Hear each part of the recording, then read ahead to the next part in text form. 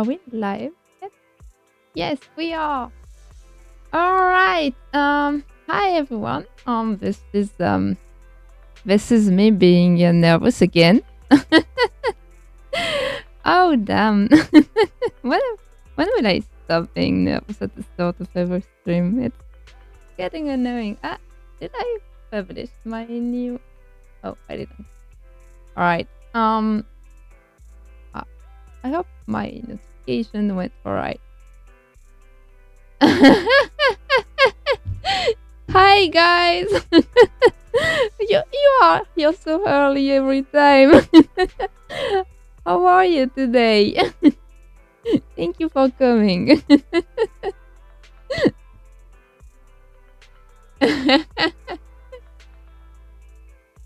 Yeah. Yeah, good morning. Yeah, it's afternoon for me, but good morning to you guys. I don't know if you got like the right notification because I think I might have like forgotten to push the right one before going live, but it's all right. It's all right. But it's so annoying because I was so excited like half an hour ago, like yeah, I'm going live in half an hour, so it's going to be fun, and then I got nervous again. Seems that I can't escape it. All right, so let me check my notes because I had stuff to talk and being nervous makes me forget about it. So I did notes. All right. Yeah. You were nervous today? Oh, excited. Yeah.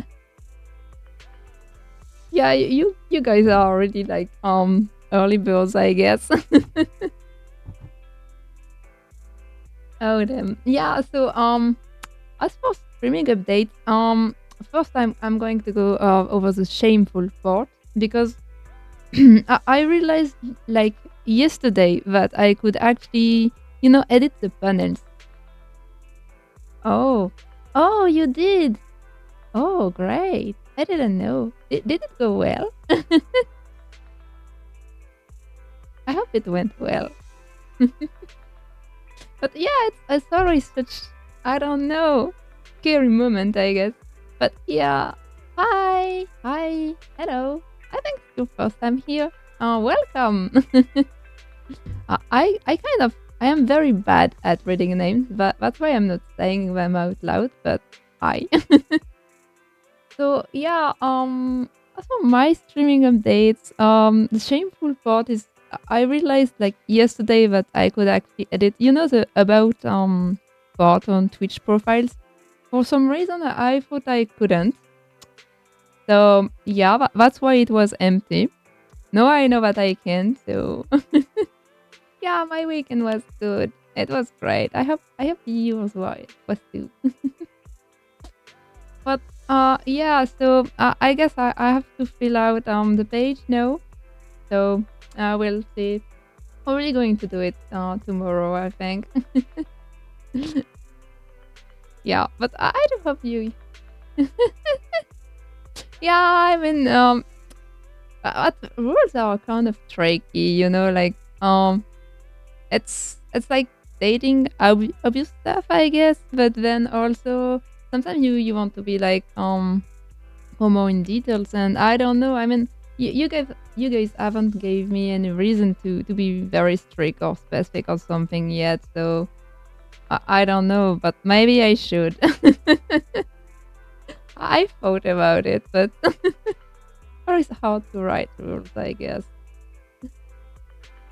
Yeah, I guess that's how it is. So I don't know. Yeah. Second stream update after me just being very new at this thing, and still very bad at it, I guess. Yeah, I kind of realized too that we are getting um very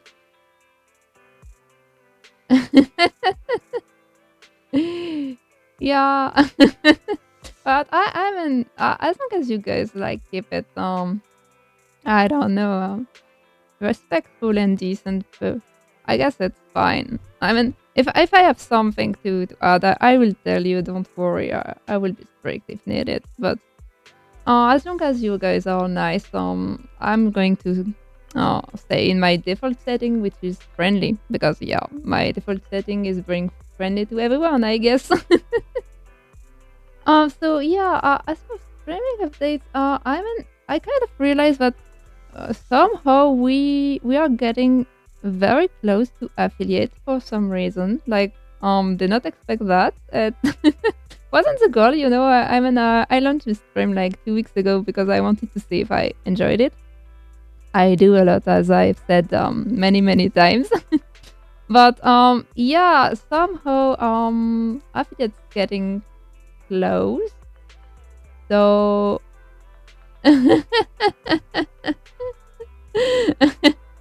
it's fine.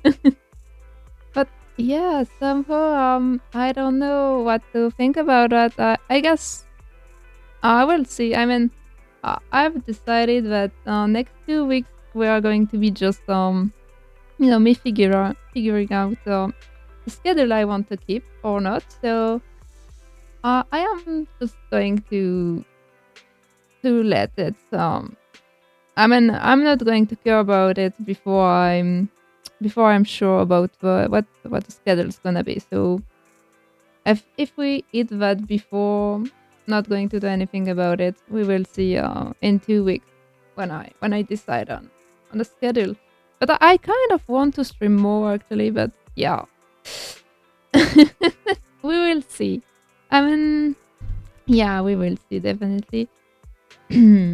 But that's also why I want to do like other games too, because I've only done some ZZZ so far, and I don't know. I want to try other games to see if I enjoy them as much on live and stuff before deciding if I'm going to stream more or not. That's how it's gonna be. But you guys know it. I mean, I've already told most of you, I guess. So yeah, gotta play all the games. Maybe. Yeah, that's for streaming updates. As for me updates, I talked like a first day with you guys about how for some reason I kind of decided to stream in English, and the reason did eat me like later that day, because I've done a lot of research before going live. Like I put a lot of effort and thinking into my schedule, how I was going to do it, into lumens and stuff like this. I also put a lot of thinking into the stuff I wouldn't think a lot about, like just going live, figuring out how Twitch works and stuff like this on the fly, I guess. But for some reason, I have never ever questioned the fact that I was going to stream in English. And I don't know why, because I mean, that's the part I should have questioned, because like I told you guys, I have very little speaking experience. I mean, I am definitely fluent in comprehension part, like I can read novels and listen to stuff in English. I don't need subtitles. I don't need anything. It's fine. But as for speaking part, I don't know. Like, never really done it in my life. Like I've told you, like, haven't put more than 2 sentences together since at least 7 years. And before that, I mean, the only times I really did have conversation in English with people were like 2 times I actually visited States. And it was more than 12 years ago, like 2 times 2 weeks. That's all. Yeah, thank you. But I, I mean, it's working for some reason. Yeah. Yeah, but I guess when English is your native language, as a lot of people are learning English, you don't feel the same pressure to learn another language than but what you do when it's not your native one. But I don't know. I kind of thought about like the whole weekend I was like, am I insane? Why did I question this? Why didn't I question this? Like, why? But guys, I guess you can't have a bright scientist without being a bit of a mad scientist. So yeah, I guess the madness showing. Yeah, I wish I could speak Japanese. I wish I could, and that would be great. I wish I could. But I mean, I have to live up to my bright scientist title. But yeah, I am good at learning, I guess. That's all what I have for me. So yeah, and this is it. Like I'm a bit insane, I guess. So yeah, I think that was mostly what I wanted to talk about before going in. What so what we will do today?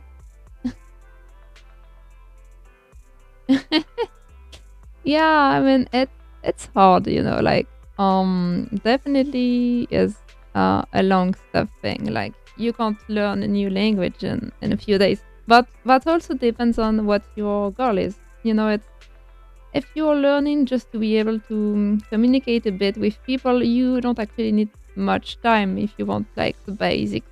But if you want to, learn properly, like proper grammar and stuff, it takes more time and really depends on your goal actually.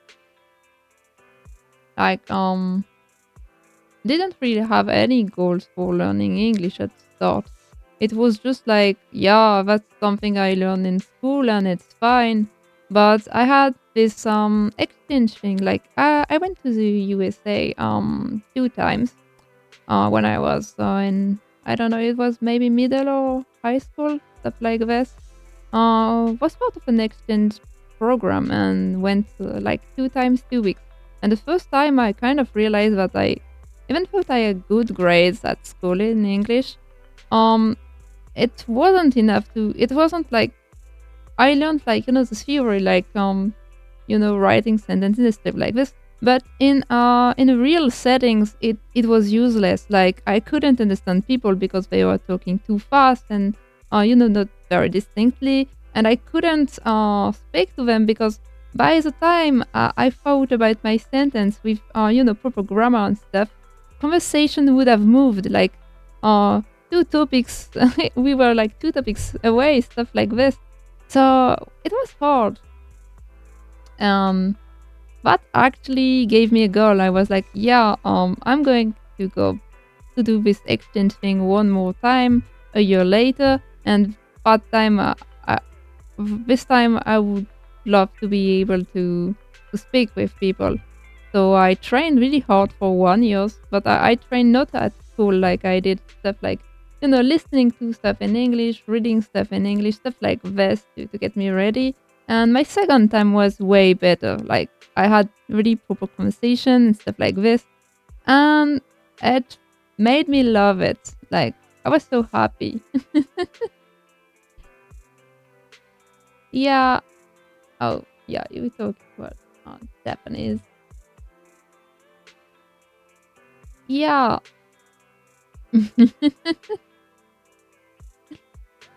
Oh. Oh, all right. Yeah, I understand. Like wanting to be closer to the culture you come from and where they come from, I guess. Yeah.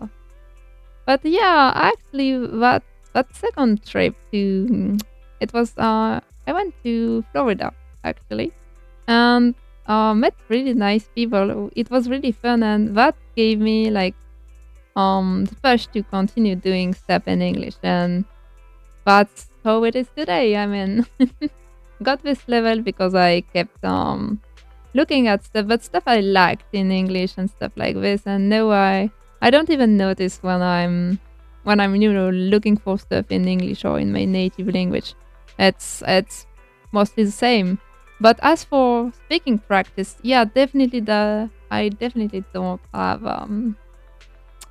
I definitely don't have a lot. So that's how it is. Yeah. Yeah, the southern accent in America is so hard to understand sometimes.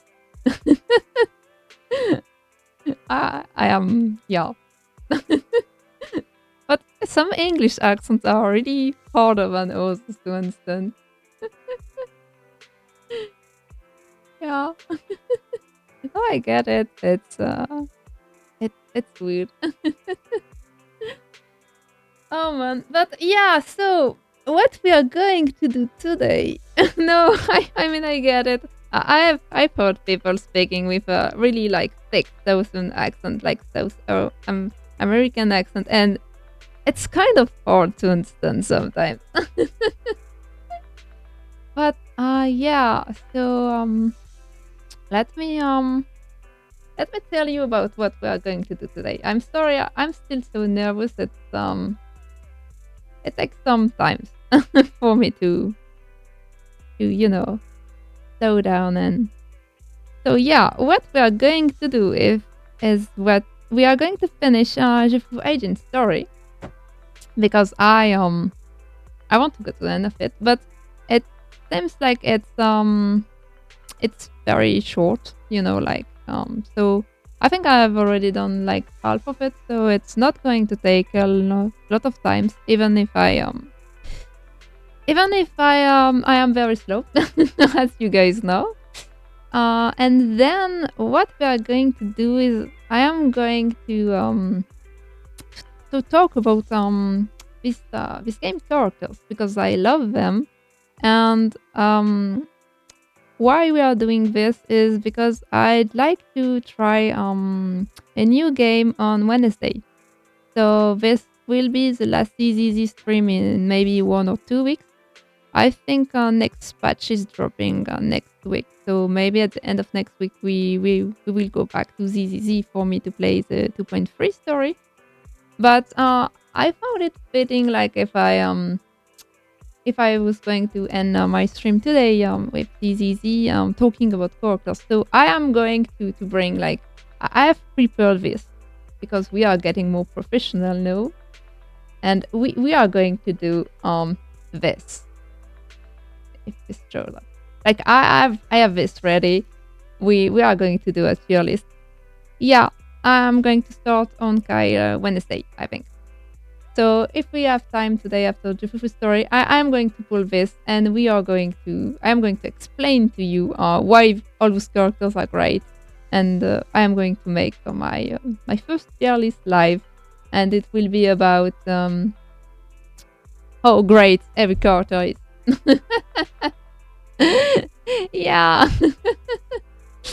I mean, I'm probably going to miss some stuff too. It's getting yeah. So I mean, let's go in there. Yeah.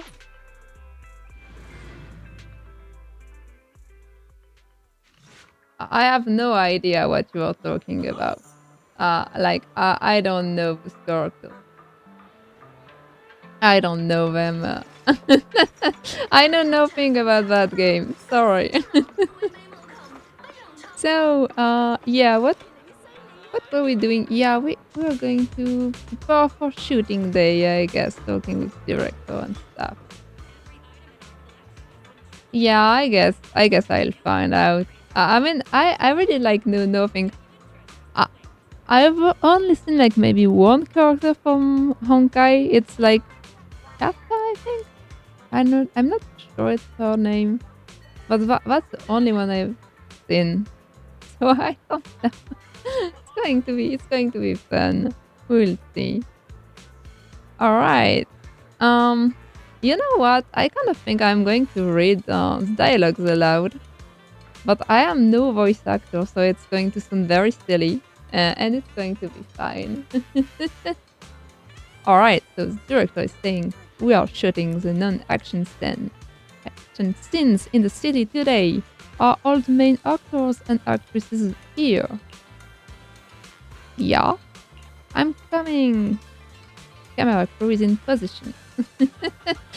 Yeah, I am no voice actor. It's going to sound very weird, but it's going to be fun. At, Tig- at the Tigers Inn in Salem 8, martial artists from every allegiance are gathered, with undercurrents of good and evil swirling beneath the surface. Man, I guess it's a good exercise for my pronunciation too.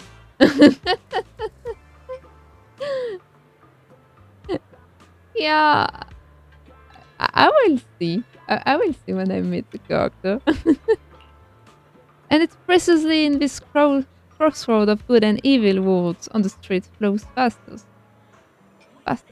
On this day, young tigers arrived at the Tiger's Inn to gather intel about the fornication bell. It sounds like I'm doing English exercise. It's alright. Action! So, which character I'm going to? There are three characters before me, each with complex backstories and mysterious origins, seemingly holding many hidden secrets. Who should I approach first to inquire about the Purgation Bell? It's hard to speak aloud. I mean, my brain is reading this way faster than I'm speaking. It's hard exercise. I am going to look at the proprietress with kindness and compassion written all over her face, I guess. Let's talk to her. Wow, if Heinz Fu. I mean, if Heinz, the legendary young tiger. Shouldn't the legendary one be Master Tiger? Miss Sweetie, let's speak full lines. Well, if it isn't the one and only Master Tiger's protege, the up and coming young tiger who's been making quite a name. So, what brings such an esteemed guest to my door today? Come to think of it, you must be tired and hungry from your journey, young hero. How about I have the waiter prepare some wine and dishes?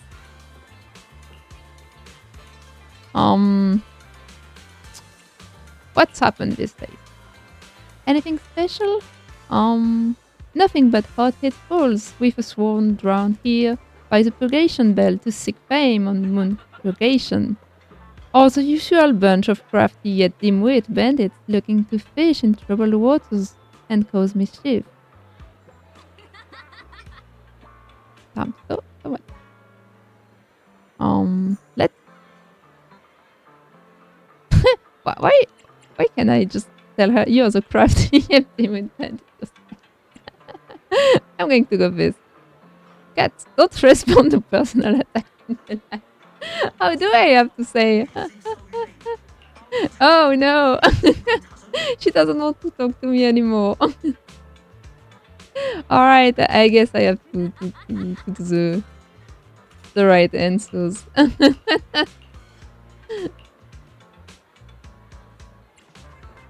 Yeah. Any other esteemed guest, huh? They are nothing but hot-head fools with it's the same answer. Alright, tell me about the purgation bell. The purgation play. Wow, it's going to be a long text. Alright, so the purgation bell is known throughout the world, and it's said its chimes can subdue any demons or spirits. It was originally enshrined on Mount Purgation, near the Phalem Heights, as a gathering symbol for mystics slaying demons and exorcising evil. However, in recent years, the mountain has been infested with various forces of evil, and therefore the bell has gone missing. Yeah, I kind of feel like I'm doing English exercise there.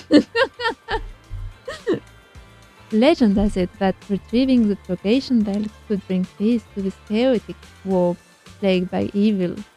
But it's just a myth. It has inspired countless heroes. I bet that's what brought Master Tiger and Moon Tiger here too, right? The warm-headed proprietor seems to have lost interest in chatting. Try asking Ozo for information. Alright, Yeah. Let's look at the elderly lady. What would you to me, young lady? No, mean bot, go away. Wait, let me destroy this one. Yeah. Phew. I am I am 5-0 now. What wrong you to me, young lady? Oh, lady shows up at a hotspot in martial art movie. Yeah, this is true. Yeah, bot go boom. I'm 5-0. It's fine. Let me observe. Yeah, old ladies in hotspots, in martial movies, they are badass every time.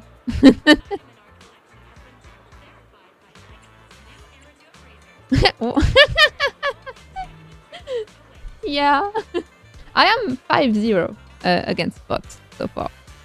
So, I love the dialogue. Like, I can just say, you're just some random granny shopping for groceries who happen to pass by the film set. But no, this is not.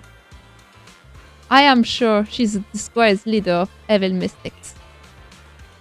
Hehehe, what are you talking about, little girl? How could I be? This was Granny. Don't think I've seen. The Granny wasn't in the script.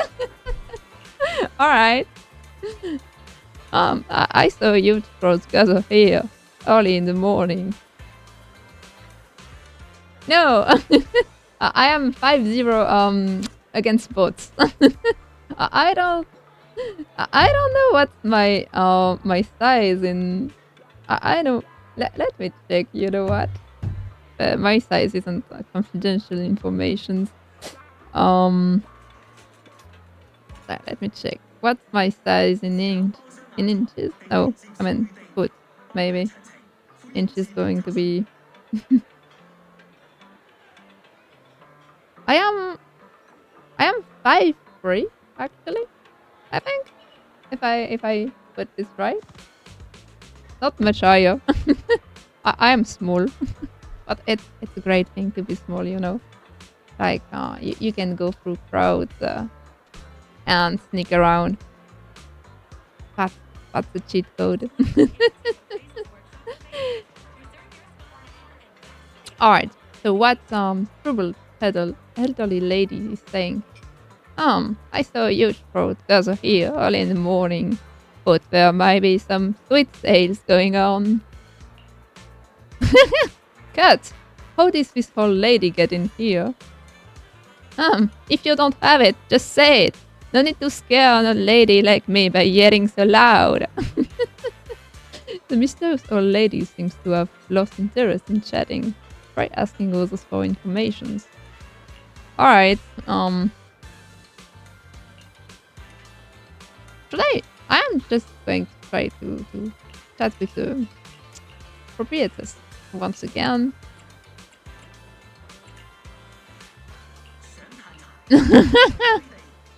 Alright, let's talk about moon location. No, it's the same dialogue. No, I won't read that again. Alright, I'm just going. Oh. Oh, yeah. I didn't know you were smaller than me.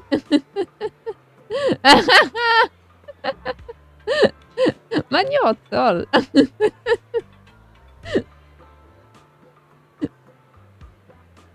I think this is tall. Like, close to 190 centimeters is very tall. Alright, let me ask this guy. Fierce looking warrior who is not to be messed with. Where are your parents, kid? Beat it, if you know what's good for you.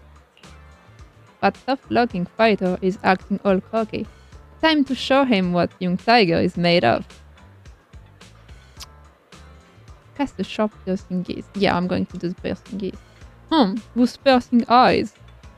This one is real tough character. But I really can't tell you anything.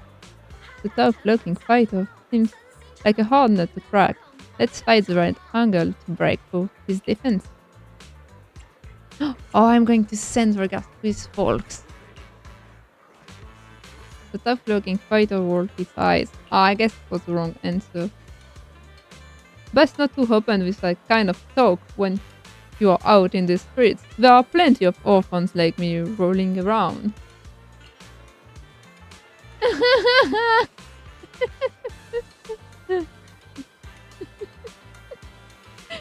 I mean, I I found a cheat code for that. I can reach all the sleeps in my place. I've made sure of that.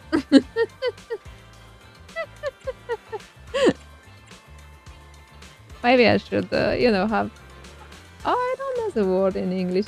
The little thing you put to, have some steps.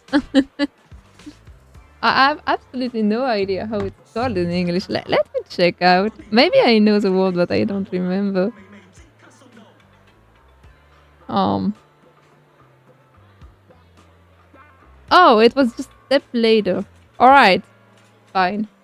Yeah, it's. I mean, I knew it for some reason. I thought it wasn't it, but yeah, I should maybe have won, but I've just made sure that there was nothing I couldn't reach. All right. I'm going to tell him an ill-timed bandit joke. Just because I look like a bandit. You gotta think I am one? And even if I were a bandit, does that gives you the right to crack bandit jokes? And really, let me do it again. It's hard to read something aloud. Just because I look like a bandit, you gotta think I am one? And even if I were a bandit, does that gives you the right to crack bandit jokes and humiliate me? Alright, I'm going to ask for tips on looking tougher nails. Oh. No! Yeah, I mean, you are right, Viking. Like, the moment I decide to read the line, look at this text. Just a wall of text going there. Like, what? Why? Wanna know the secret to looking tough? Simple. Grow up with no parents, no backing, and no one to lean on. When you have had to crawl your way through life alone, with nobody ever giving you a second glance, well, you stop giving others the time of the day too. The only thing you trust is a weapon in your hand, and that's how you end up looking like someone no one wants to mess with. I am trying, but I'll get better at this. I'm good at learning.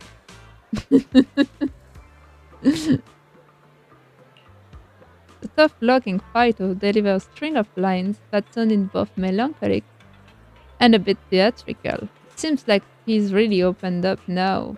Oh, I'm going to get some information there. Yeah. Yeah, the game did it to me. So let's ask about Purgation Bell, I guess. The Purgation Bell. Isn't that some fairy tale from children's storybooks? If you are looking for bedtime stories, don't come to me. Oh no! I lost his interest. Let me do it again. I don't even remember why we are investigating, but it's fun. Now let me do the same answer. Alright. Ask about how to get up. Yeah, but it's harder to read dialogue. Because I mean, you have your brain reading at a different speed that the one you are talking to, and I mean, it's an exercise. I struggle even in my native language. Like, even in my native language, I am just I'm just like stuttering when I try to read text aloud, And I don't usually stutter when I talk in my native language. So, Mount Purgation? That place is full of inhuman people and ghosts that will scare you to death. If you don't want to end up like one of them, you'd best stay away. Alright, do I have some dialogue lines I didn't? I mean, I could do. I'm gonna see. I don't even remember what we are doing. I'm just going to cook. All right. So yeah, I think I've done my investigation there. Apart from street gossip and people's snide remarks about you, you couldn't dig up any useful intel at the Tiger's Inn. You are starting to question the point of the scene in the script. So the director said, "Excellent! While you and Tiger couldn't gather any intel at the inn, the mockery of others only served to strengthen our resolve." Alright, this is interesting, director. Change position! Let's shoot the next scene! What are we doing now? Let me jump. It really do feel I'm doing some English practice right now instead of I don't know. I don't know. Let's see. Yeah, I guess my accent kind of I guess it must be a bit all over the place because as I don't have a lot of practice, I guess I've just picked up you know how people I listen to talk, and I'm pretty sure people I listen to in English comes from a very huge variety of background. Like I'm sure I've listened to a lot of British people, American people, but I am sure I've also listened to a lot of Canadian, Indians, and also a lot of people who like their native um their native language isn't English. So I guess I'm doing like a bit of a mashup of all sorts. Like my native accent must go through on some words, but I guess there are words I pronounce like a British person and also like an American person, and I think I'm sorry for that. I think it must be all over the place. Yeah, I guess if I read what's happening, you can keep up with the story. So, director is talking again. This seemingly ordinary farmer's bamboo was actually quite the troublemaker in his youth. A master of dark art who hung up his hat only after getting long and tough. Alright. Do I really have to play this role? And the secret of the purgator and the secret of the purgation bell lie in the hand of this master of dark arts. The bamboo just got roped into the story. Action! Everyone adjusted their position according to the script. Little Miss, are you here for help or prescriptions? I'm here for evil purging of prescriptions. Little Miss, don't say such scary things. I know it all, trust me.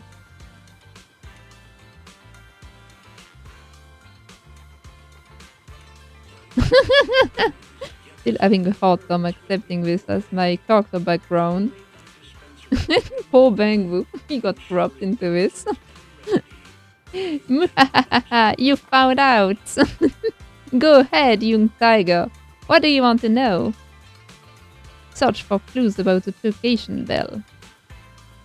The purgation bell? You likely know this purgation bell wasn't forged by mystics, but was actually an evil artifact created by demons. While the purgation bell's toll can indeed suppress demon, it's actually an artifact that lets demon devour the other demon to go stronger. Oh, that's pretty brutal. He's commenting, that's a pretty brutal background, like using other Bang's power to enhance yourself. That's why demons now lurk in the moon purgation. It's always been a cursed land where evil thrives. And the director goes again. Mr. Shelbu, please stop muttering to yourself between your lines with stuff that's not in the script. I've got this weird feeling of deja vu. the director gives Selvu some direction and performance, and they reshoot the scene. That's wrap up today in our city shoot. Let's all gear up before we head into the holo to film. So we are going to the holo again, but guys, it's dangerous.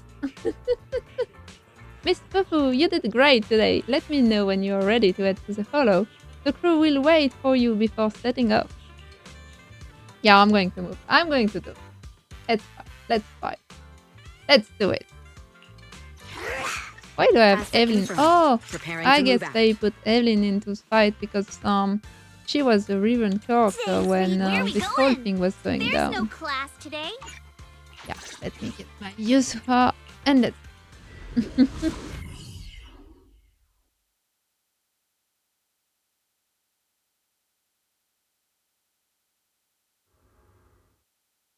Yeah, this agent story. We've got the big scene today.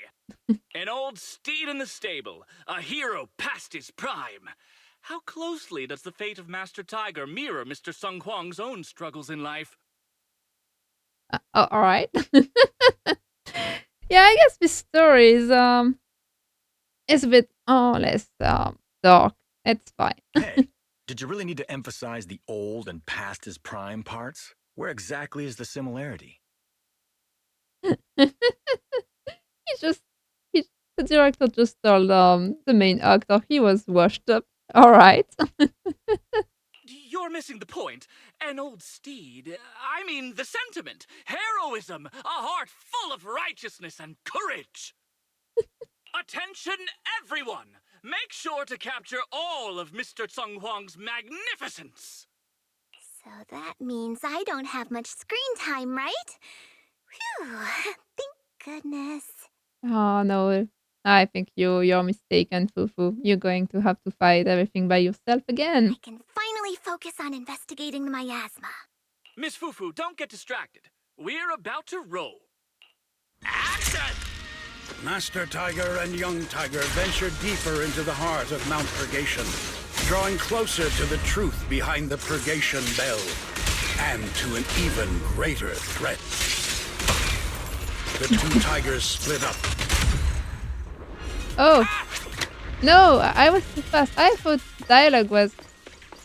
Damn it. Ah... Why does this game have so much dialogue while in fights, while the fights are so easy? Damn! I love how Fufu just stopped when he changed directions. It's funny. Alright, what do we have here? I guess factuals. Let's see. Miss Fufu, there is something I'd like to talk to you about. As you know, Mr. Tong Hong is quite proud, and he's not very pleased I insisted on inviting Miss Fufu to star in the film. Yeah. But given Mr. Tong Hong's reputation in the industry, I doubt he has any ill intentions. Since you are both from the rare Tiger Fearon clan, sure there is even some connection between you two. Why don't you two share your thoughts? After all, if you are not on the same page, it will be tough to create good chemistry during filming. Well, this is kind of awkward. Yeah, Mr. Kong Hong is waiting for you over here. There. Damn. Almost the same. But do I have to get better at pronouncing, like, I guess, Chinese names too? I don't know how to pronounce Chinese names. It's so hard. Let me talk to him. Mr. Tong Huang, you've always been well respected among Tiger Thyrans. Oh, so she knows? Yeah, I mean, she knew from his earlier films. Among Tiger Thyrans? And how many of our kin are still left in New Eridu? That's true. Many that I used to be in contact with have vanished without a trace. Alright. Is there something going on there? Or just, like, old stuff, or maybe it was before the fall of old capital, I guess. I don't know. But that just makes it all the more heartening to see our kin excel in all walks of life.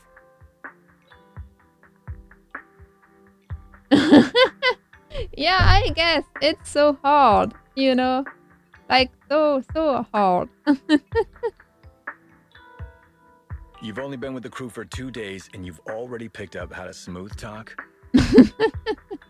Fufu is learning fast too. You're also a distinguished disciple of Yunquei Summit, right? I've heard the master of Swabian Temple is a very powerful individual.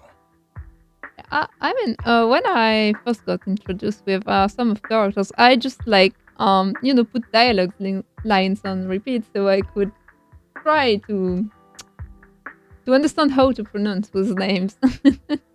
Shifu is very powerful. She also saved my life. Yeah. If Shifu hadn't brought me back to the mountain when the tiger tribe encountered a great disaster. Oh? So it was your Shifu that took you in then? Well, you're lucky. Oh. So yeah, I guess they were in the tribe. Like, oh, I don't remember that. Yeah, maybe that's what happened. But who's to say whether it's fortune or misfortune that we survived that disaster? The forbidden artifacts must not be used. Wait. What are we doing? What's happening? Yeah, Chinese. Chinese is hard. I have no practice. Oh, you are doing great. I mean, German is. I find it very hard to pronounce too. I mean, I am kind of fine with pronouncing Japanese words because most of the sounds they have are sounds that I do have in my native language too, except for one or two. But I'm liking, the pitch and intonation when I try to speak Japanese, but it's fine to pronounce words. Oh! That's a lot. I mean, I am not sure I'm going to have enough to try the 50-50 for next character, which should be Lucia. But I guess you're still saving her for idols, right? But I don't know what's happening here. I mean, look at the art. I love those kind of reflections. But what's happening? Why do we have sad music? Who is talking? But what choice do we have?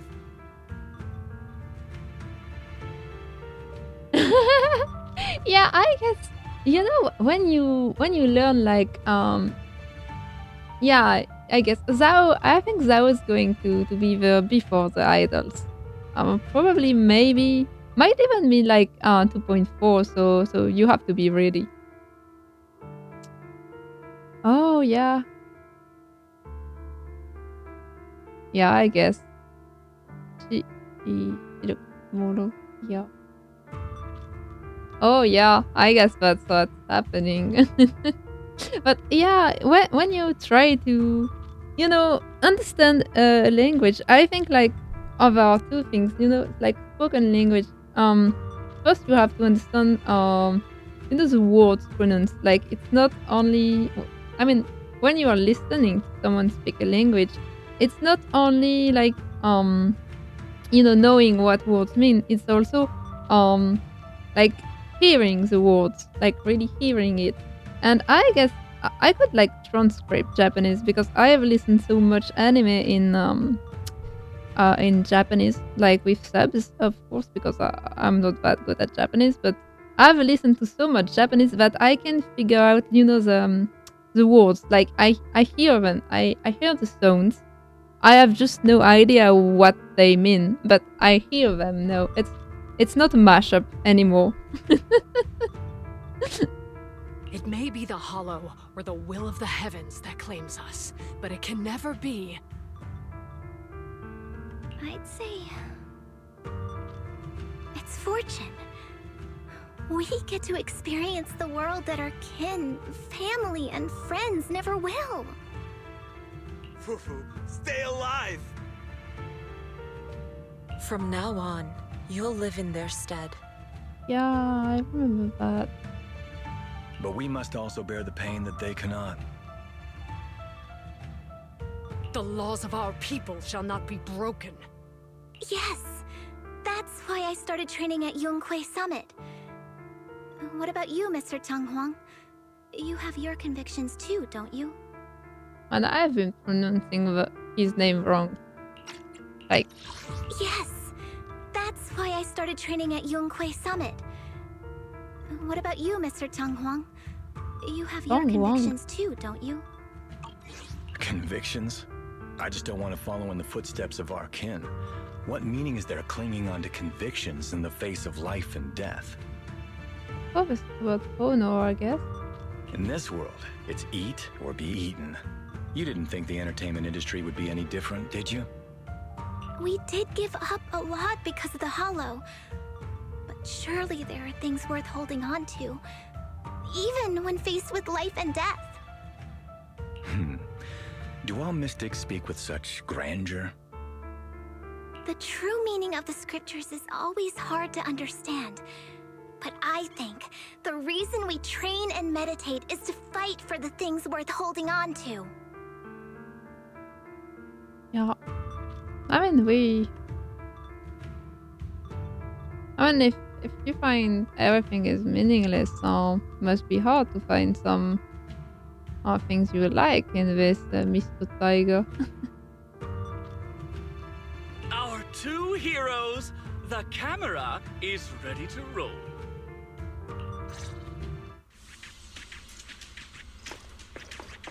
Yeah, I mean, I like how Fufu sees things.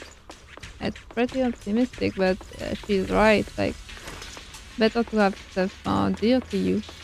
Oh, hello, kid. What are you doing in the hollow?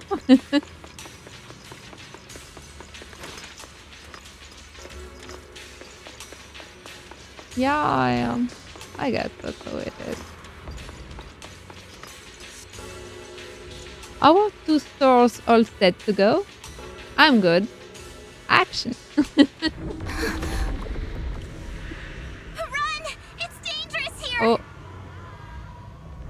It went wrong.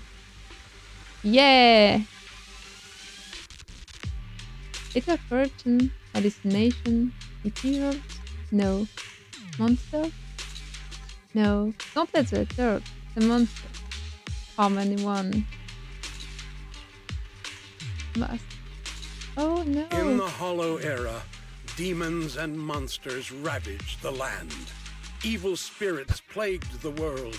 The court was corrupt with decadence. The martial world stood leaderless. Bandits ran rampant, and people suffered unbearably. Why? Why is the narrator still doing stuff when... However, there are always righteous warriors, drawing their swords and wielding their blades, standing for justice and chivalry. The monsters are here! Run! Papa! Mama! Where are you? Yeah, he's very dedicated. Don't give that away. What evil dares to befoul this place? I love. It's funny. Yeah, I guess he knew all about. I am Juhu of Yunquay Summit. Prepare to meet your doom. Yeah. She looks great in that illustration. Yeah, I guess. That would have been funny. Alright, Fufu. Master G is here! We're saved! I don't even know what's like what's part of the script or not.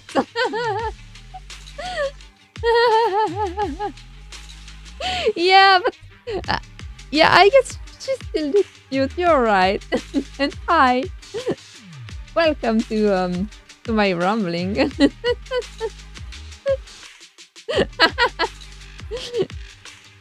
Yeah, I mean, she still looks cute, but yeah, I mean, poor Fufu, like she just wants to, she just wants to be a badass shonen hero, I guess, but she's too cute for it. Yeah, and welcome, welcome to my rambling. Master, please save my daughter.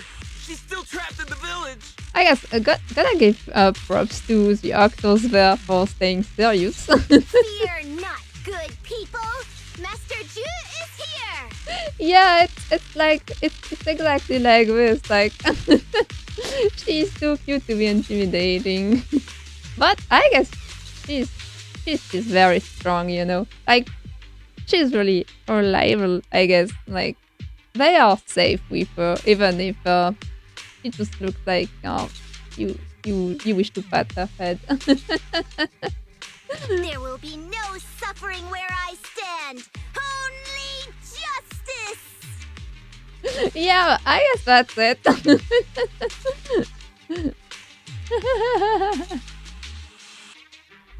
Yeah, I mean, I've got the feeling that she's very like agile. Like she has muscle definitely, and she's strong. Master Ju!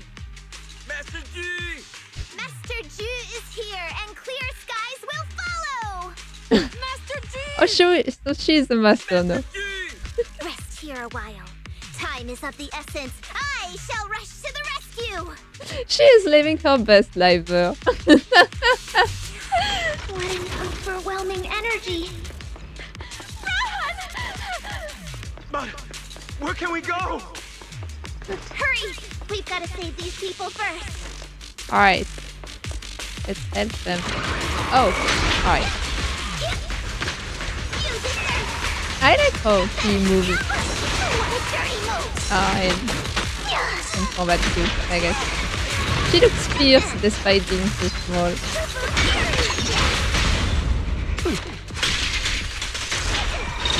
Yeah. No. No, let me switch back to Fufu. Are you the greatest hero who's come to save us? The old storybook always said that in time of danger, a sword-wielding hero will appear, riding on a cloud. Are you going like for the Wukong legend there? You know, like the monkey on a cloud legend? The one that's based on, like a lot of stuff are based on this. Like Dragon Ball Z, I mean Wukong in League of Legends, stuff like this. That's right, I am the sword-wielding warrior you have heard about. But you are not wielding a sword. You are wielding, I don't even know what you are wielding, but it's not a sword. Back then, my hero didn't show up, but this time, I won't let the children down again. Demons! Demons! Yeah, that's it, that's Sun Wukong, I guess. Help me. Don't leave me alone here. Live on, my child. These wretched fiends. Such atrocity. I will not let them go unpunished. I don't even know if we are in a real emergency or it's like the movie anymore. It's it's so weird. Yeah, I managed to switch to Fufu before dialogue. Master? Are you badly hurt? Don't worry about me. There are still villagers trapped ahead. Hurry up and save them. Alright, I've cleared out all the evil creatures around here. Don't wander too far. I'm trying to voice act this thing. I am bad at it, but it's funny, so I will keep doing it. Yeah, I mean, this director is kind of mad. Like, why would you ever film in this? No, Switch it up. no, couldn't switch to Fufu. I mean, He's insane, but I guess that's the dedicated insane. Our hero, I've been waiting forever for you to show up. When those demons attacked, I hurriedly fled with all these villagers. Demonic energy is everywhere. Somehow we ended up here. The dark energy seems to corrupt people's body. The villager can barely move anymore. No need to panic. I'll deal with the source of that dark energy and link everyone out of there. Yeah, don't give me this tutorial. I know how to do it. Where is it? Yeah.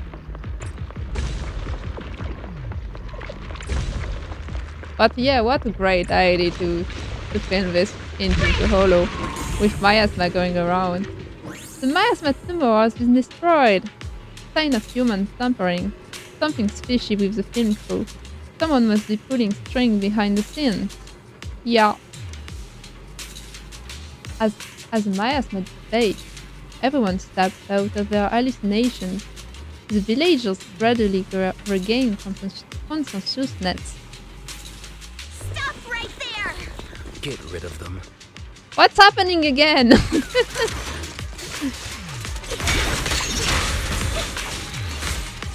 You deserve...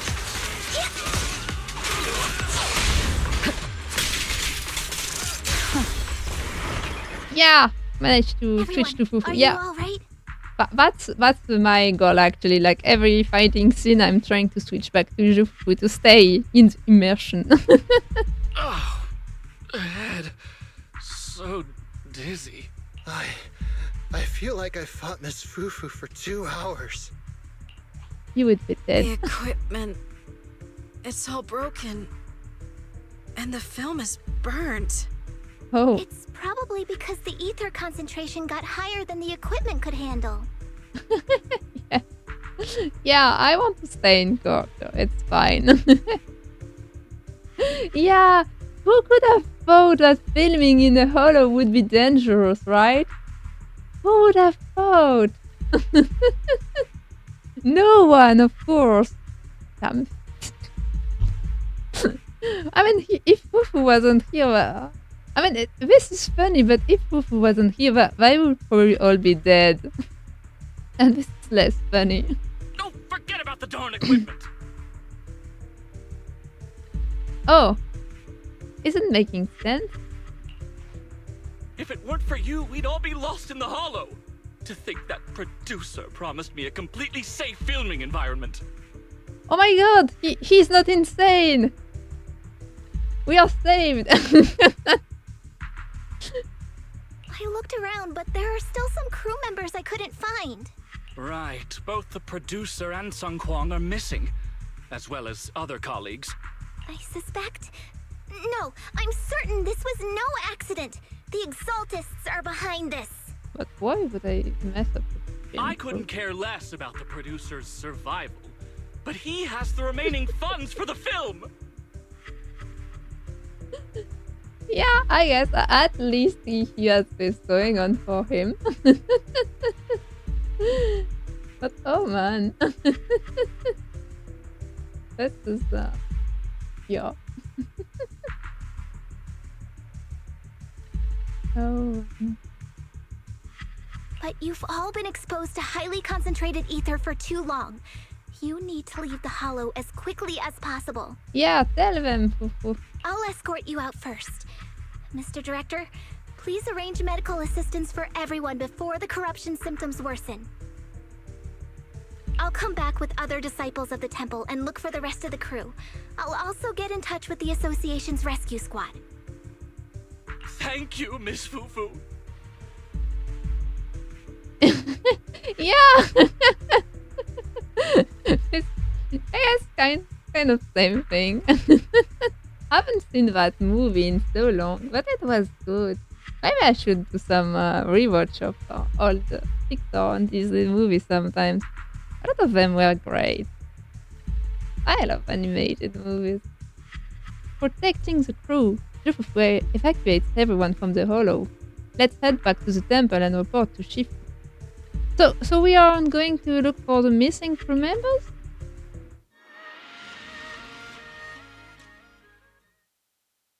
are we just going to leave them here? There is no time to waste. I gotta tell Shifu about this right away. Let's go.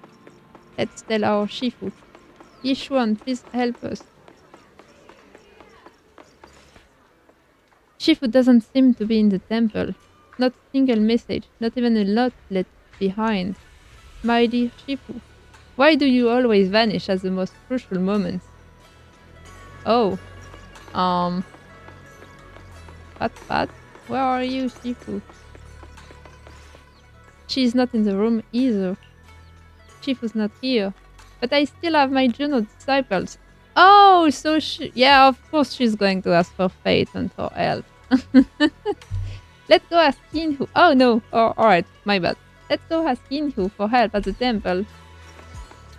Where are you, Yinhu? Oh. Junior, it's urgent. Fufu, Shifu asked me to wait for you at the temple before she left. She didn't explain much. All she said was, all grudges are hard to settle. He who ties a knot must untie it. Yeah, that sounds like Shifu. She then said, if Fufu doesn't understand, just tell her that this is a problem she needs to solve on her own. Alright. Yeah, I have no clue what she's talking about. Oh, one more thing. Belion was looking everywhere for you, Fufu. Seems like it had something to this. Yeah. Man! Yeah, I am not used to neutral pronouns. I like them, but everything in my native language is male or female for some reason, so I am not used to them. Seems like it had something to give you. Before you add that, why don't we check on Belion first? Where are you, Belion? Right here. Master Fufu! Master Fufu!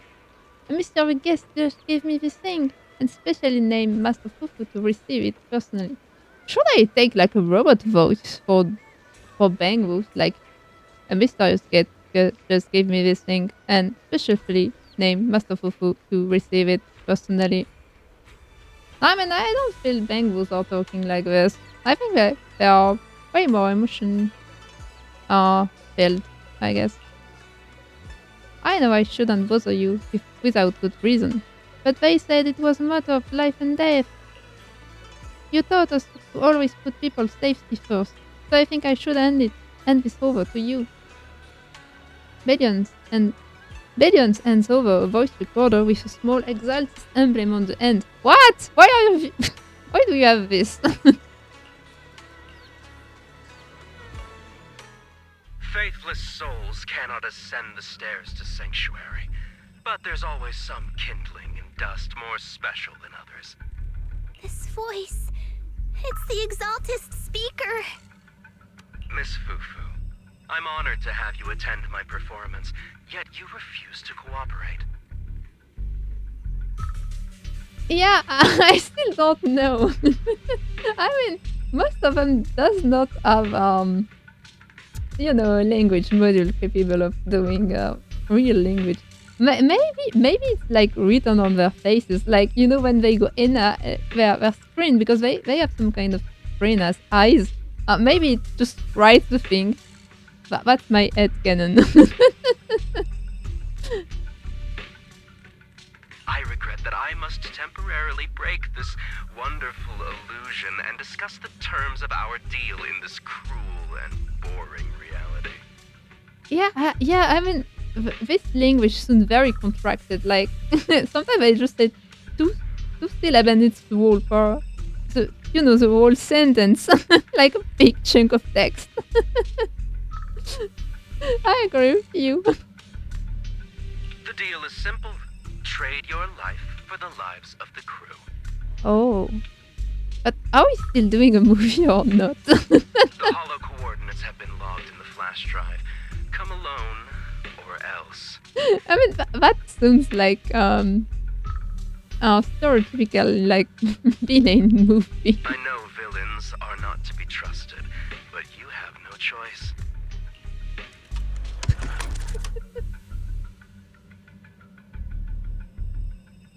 Yeah, Yeah, I think we're already past it. And yeah, I agree with you, Viking. Like, it's like the opposite, but I guess it's funny. This scoundrel got some nasty intentions. Master Fufu, what should we do? Should Belion go gather Shifu and the disciples? No need to make a fuss, Belion. If I don't come back for a while, tell Shifu about this. But since Shifu left a message beforehand, she must know what's going on. Shifu believes in me too, believes I can save everyone. So, is Fufu going to save them now? Yeah. Yeah, I don't think this is movie anymore, but it's so confusing.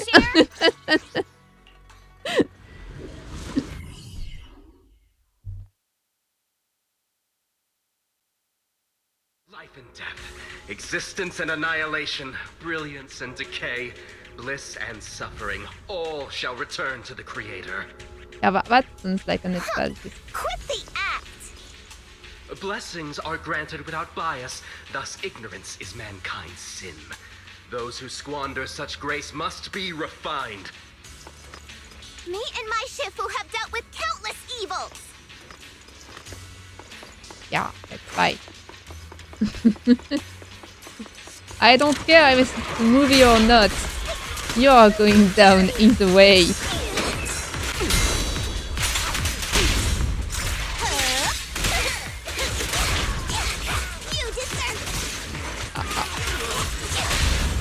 Camera angles are so confusing sometimes. The flickering flames of the kindling illuminate the steps for the sanctuaries chosen. Even the most faithless dust shall bask in this glory. I mean, if it was a movie, it would still be fine, you know. Okay. We gotta hold like on. it's very like One step theoretical further, and you may dialogue. shed your mortal sins, but the gate to the final domain does not open without refinement. May the Creator refine us. I mean, this whole refined thing. I don't know. It just makes me think. You know, like when you refine, I guess, oil and petrol. You know, to make some combustible. No, that's the word. You know, stuff you put in cars to make them work. Yeah, and I can't stop thinking about that every time, and it's taking me out of this whole thing.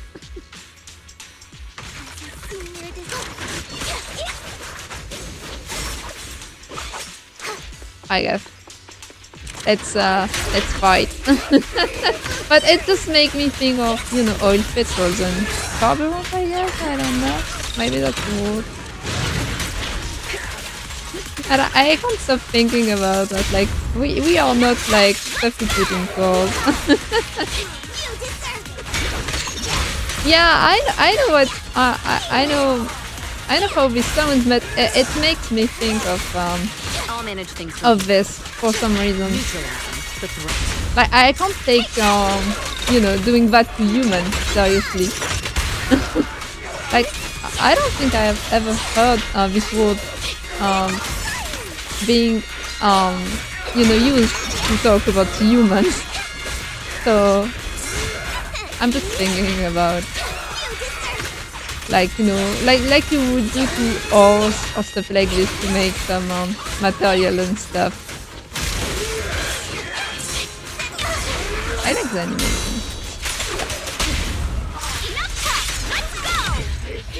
Divine punishment. Yeah, that's what comes to my mind every time. And I can't take this seriously because of that. Like, why you do refine a human?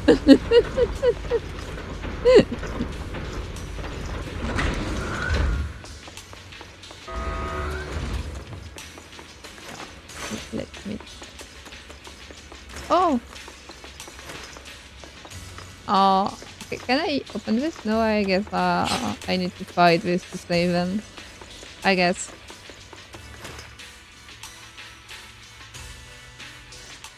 Alright. Our two heroes. You must be exhausted.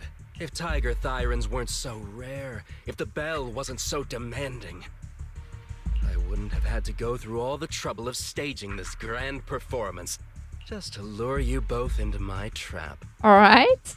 Though I must say, I'm surprised that our little cub actually has some claws, unlike a certain paper tiger. I guess we find you. Yeah, I am up to date. I did ZZZ 2.2 last week or the week before on stream. I am still missing some agent story. I think like Ellen won actually, maybe only Ellen. But yeah, I am up to date. And I'm very excited about 2.3. I really want to see what they are going to do with the rest of Shack. Like what kind of characters they are. I want to know them. But I mean, if I do end up liking Yidari's character, I am going to go crazy because there hasn't been any character in this game so far that I love on all three aspects. Like, I mean, the gameplay and visual design and the story personality aspect. Well, if this is your first time here, I guess I haven't been exposed yet, but I mean, other people here kind of know what's happening there. I might have ended up for some reason pulling for every character in this game. Like I can explain. I can. No, I started this game at the end of Ellen patch, so really like 3 weeks after it was released, and I got very lucky at the start. Like I got every limited character for a while for free. Like I won every 50-50. It was going very well, stuff like this. Even the few 50-50 I lost, I still have it enough to pull and get one copy of each S-rank limited agent. And then at some point, it went a bit downhill. But I wanted to keep my collections, and I kept my collection. I kind of kept my collection, but it went very wrong because I did end up having a 12 50-50 loss streak. Like I lost 12 in a row. But I actually got out of it thanks to streamer's luck, I guess, because I got Orphe with winning. I won it this time. Yes. My streak has ended. But yeah, and I am definitely going to pull for Spook Shacks because I love the visual design. Lucia's ultimate actually really looks cool too. I'm not sure I'm going to enjoy the gameplay, but I'll see. And I want to know what kind of characters they are. Yeah, I guess I haven't grown out of my Pokemon phase. Like, gotta complete the Pokédex, you know. Otherwise, proofs are going to be sad.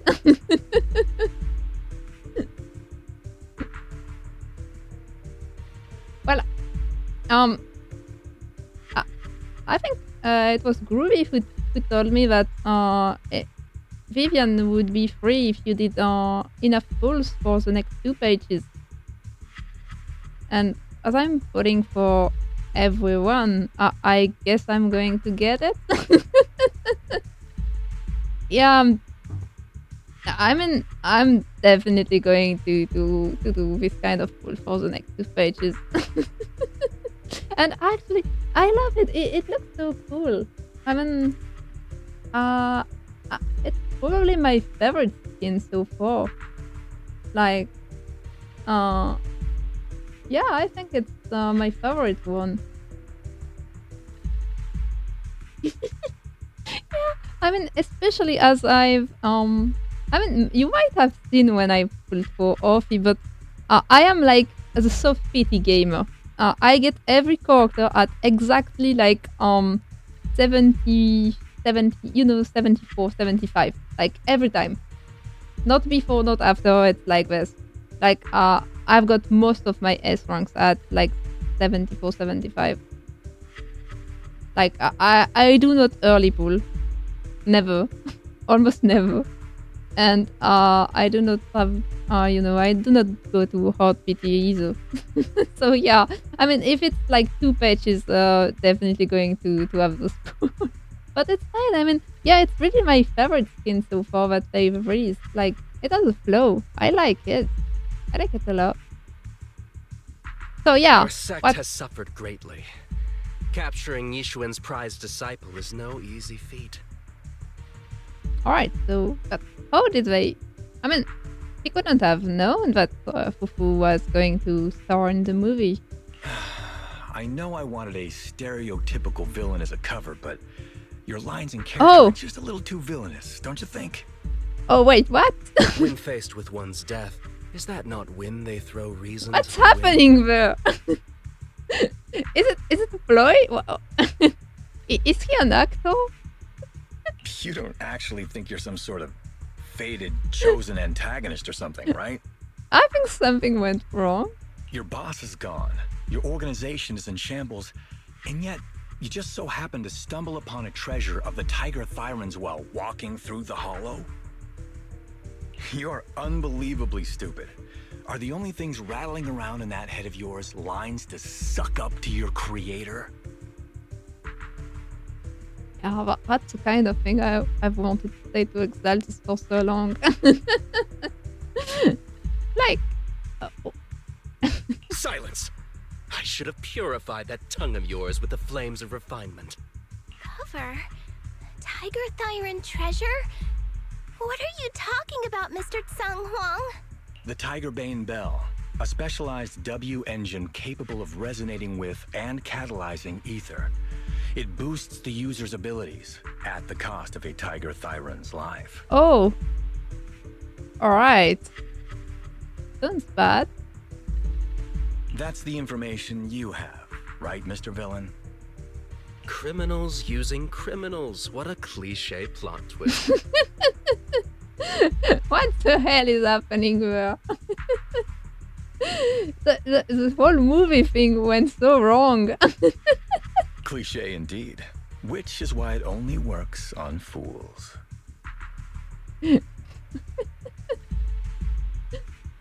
Yeah, yeah. Yeah, really, like, not my favorite haircut either. The Tiger Bane Bell was crafted by my dead kin. Such cruel technology can rapidly catalyze the victim's life energy inside a hollow, at the cost of turning them into an ethereal, of course.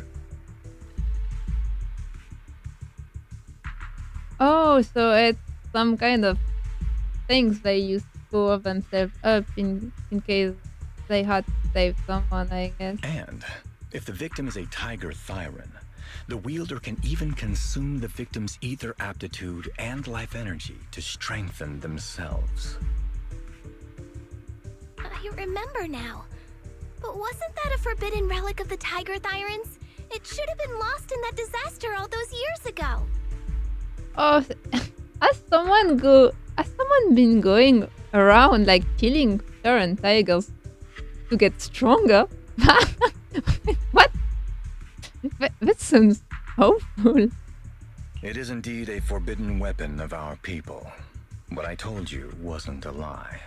But I didn't tell you the whole truth either. The user must be a Tiger Thyran, and they must also have an ether resonance that matches that of the victim. Yeah, I love that. He's just been feeling, quote unquote, this whole time. But what? Such restrictions are what prevent this powerful tool from being abused by villains. We Tiger Thyrans aren't foolish enough to create a tool that could be used against us. But, I mean, isn't he saying like, I mean, it's some kind of sacrifice yourself to save other people of your kin and stuff, but, that sounds the kind of thing you don't want to create. There's no reason to preserve such cruel technology. Yes, agreed. Cruel. Yes, it's cannibalistic and cruel. But life in and of itself is cruel, little tiger of Yunque Summit. We never had the courage to face such harshness until the downfall of our kin. So yeah. After this, I'll be the only one who must live with this cruelty. What kind of twisted mindset?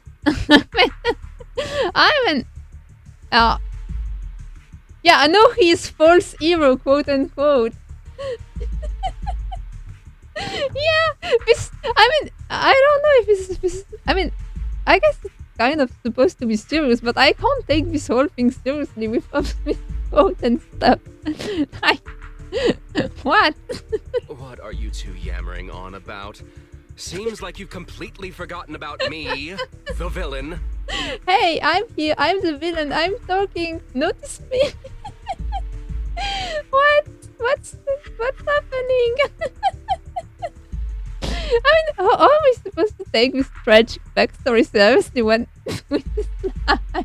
Yeah, I kind of feel like I am pretty sure like the director is somewhere hidden like with a camera and saying, yeah, this is going to make a great movie. I'll use this Tiger Bane bell right now and send you both on your way. What? Why isn't it working? Because he's just told you, like, only tigers can use it. You just don't listen, fool. Your part as the villain is coming to an end. But before that, do me one last favor. Help me defeat this outstanding disciple of Yunque Summit.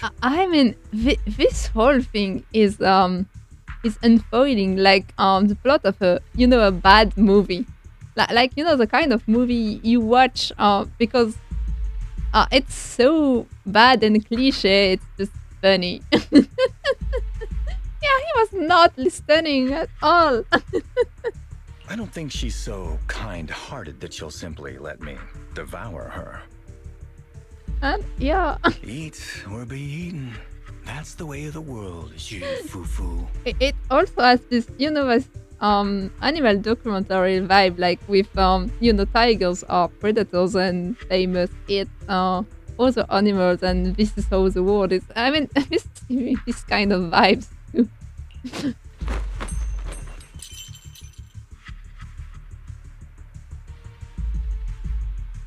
Yeah. The tiger bell, the forbidden weapon of the tiger siren, trembles, suspended in mid-air. The W engine radiates an ear-piercing sound and instantly turns Exaltis into a terrifying ethereal. Oh man, yeah, what a tragic ending to this villain, I guess. Grand performance indeed. Damn, and he got turned into the tiger to devour the wolf.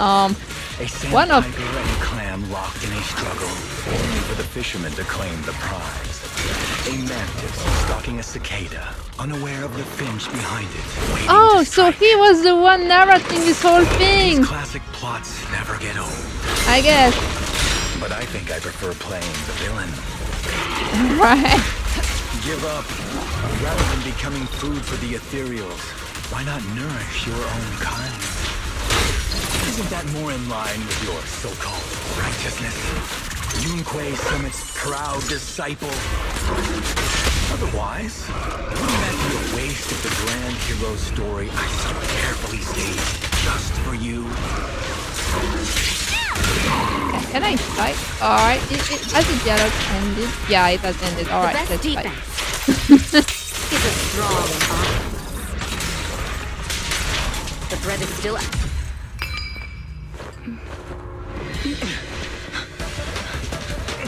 Oh no, you're running away. Surrender now! You've gone too far! Oh, I guess he could fight. Alright, I thought he couldn't. But he is no match for Fufu. Yeah, he was. Quite on set. Why didn't you just finish me?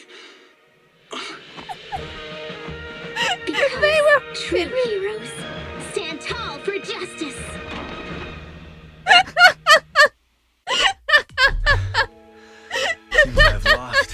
lucky child. What was that? Oh, I'm sorry. I can't take this seriously. But I guess she did look very cool though. Like she did look like a hero. Yeah, agreed. Agreed. Agreed, meme. I guess I thought the same thing. Yeah.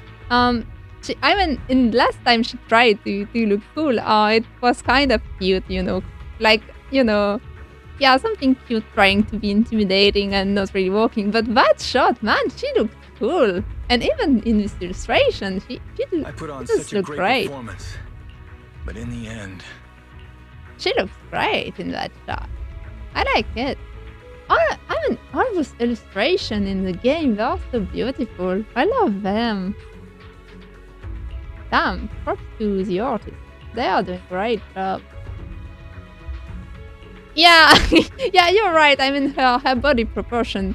I guess, I mean, the high short is making this thing worse because, it's actually accentuate this stuff. And I think the angle too, because we are like, in a down angle. But yeah, she's like, I don't know, 60%, 70% legs.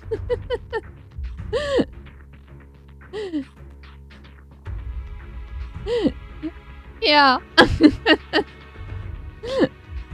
Yeah, I guess. I mean, with new perspective, I guess. But I like her idols because she really has this, feeling like behavior sometimes, and I really like her animations. Yeah, I love it. So let's see. Is it still rolling or is this really deployed? What's happening? Putting on such a show, taking so many lives, all just to steal my power? But I kind of love that. Yeah, I mean, wait, it's fine. We can love things for different reasons. No judgment here. I'm not judging. But it's funny because she has such like big legs, but she's not really fighting with the legs. She's mostly fighting with her upper body. But I guess she needs the legs for movement, but it's fine. Yeah, I know. I mean, I am the person who pulls for character. I mean, well, if I wasn't pulling for anyone, I would be like this one person who's pulling for character because of their lore and personality, not their visual appearance. And I don't know. I know I'm like minority. No judging. I mean.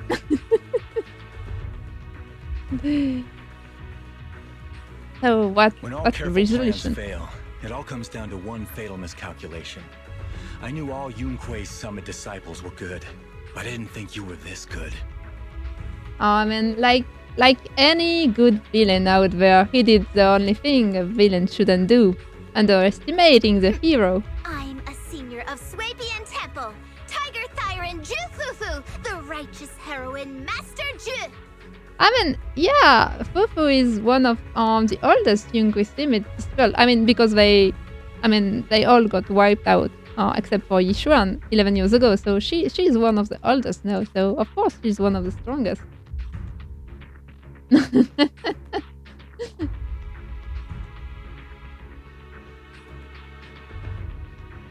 Yeah. I mean, can't really talk about who I would pull or not because I end up pulling for anyone. But if I didn't, yeah, I would mostly pull for, I guess, a mix of character, personality, and gameplay. Visual design. I mean, if I love the visual design but didn't like both the low personality and gameplay, probably wouldn't pull for them. Oops, I didn't mean to say that last line. Yeah, she got too into it. I'm I'm a senior of Swabian Temple, Tiger Thyron Ju Fufu, the righteous heroine Master Ju. Yeah, I mean, you guys should keep character. Trying to get everyone is bad. Trust me. Like, I am doing this, so you can trust me on that one. You're really into the role, aren't you? Let's finish the scene then. But how can you do a movie when they are just going off script and talking like breaking the fourth wall? Because I'm not even sure they are doing this movie. Come, Victor. Use the forbidden artifact stained with the blood of our kind, the Tiger Bane Bell, and devour me. Who would want to devour you? You look like a villain who's hard to stomach. What's this? Hard to stomach? Do you think I've been eating nothing but good food on my journey?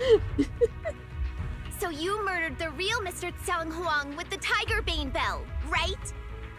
I don't even know what's happening anymore. I'm kind of lost.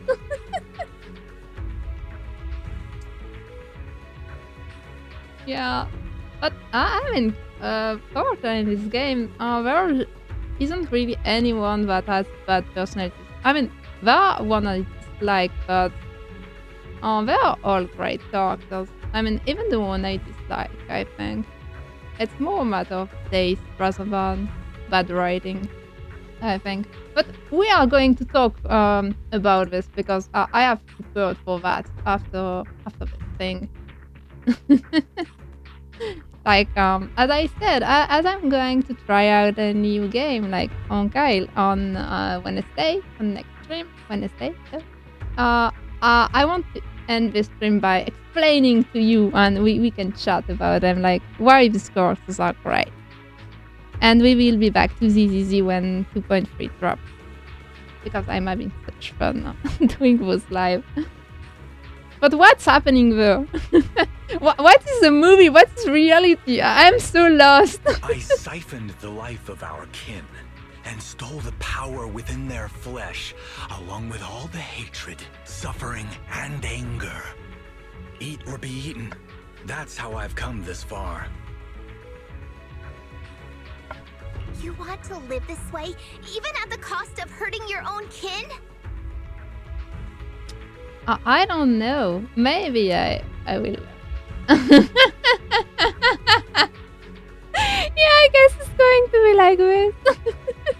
But as for Honkai, I don't know. I mean, we will see.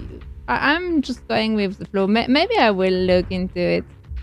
I mean, but first, I guess I will see how the game is going. I mean, I know pretty much nothing about Honkai, like except for the fact that we are in a train going in space, I guess. And I think the combat system is something like Persona games, but I'm not even sure. Oh, alright, yeah, might look at it, like to see which one I like or not. Eat or be eaten. You'll understand soon, Fufu. Alright. It should be alright then. I mean, I played Persona games, like I played Persona 5 and Persona 3, the last two ones that came out on Steam. I played them in hard mode, like difficulty setting. I put them in hard mode. It was fine. I managed to do it, so I guess I will do okay, I think. I don't understand, and I don't agree with it. Yeah, you go. If we have to live by devouring the flesh of others, then why? Why do we fight so desperately to stop the Hollow from devouring us? It's because of these so-called ideals and principles that the Tiger Thyron settlement was swallowed by a Hollow. If we'd only used the Tiger Bane Bell that day, that ethereal would have been... There is no if only. When I was young and would remember that night, crying and saying if only, That's what Shifu would tell me. Sacrificing the lives of one's kin in order to save the rest. Is that doing the right thing? Nobody can say. Yeah, it's a hard dilemma, I guess.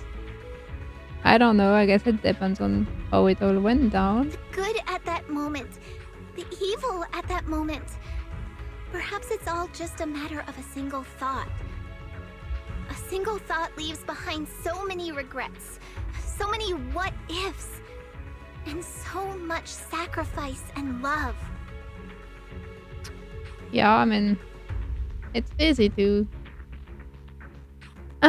think about things you could have done after the fact when you know how what went down, but There is no if only. I've stopped dwelling on the rights and wrongs of the past.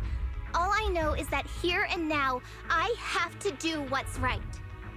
How do you know that my choice is wrong?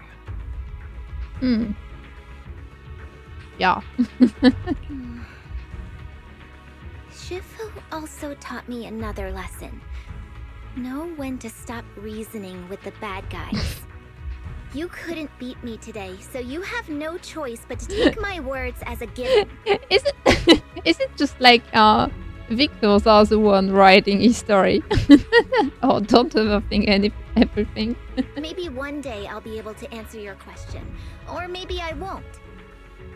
Yeah, I mean, it's been fun to Fufu story, but it's a bit confusing with all the movie things going around, and I mean, I didn't get enough time to be. I mean, I don't even know if that guy is playing a role of if he took the place of the actor. Or, I mean, I'm not even sure what's happening, so it's a bit confusing, and but she I mean, at least Fufu is staying straight to her words, but yeah, I mean, it's a bit hard to think about who was wrong, who was right. Even we didn't really see how this whole tiger tyranny went down, and given I'm not even sure, like, we thought that is real or it's something for the movie, so I am a bit taken aback, like, not sure on which fit to dance, I guess.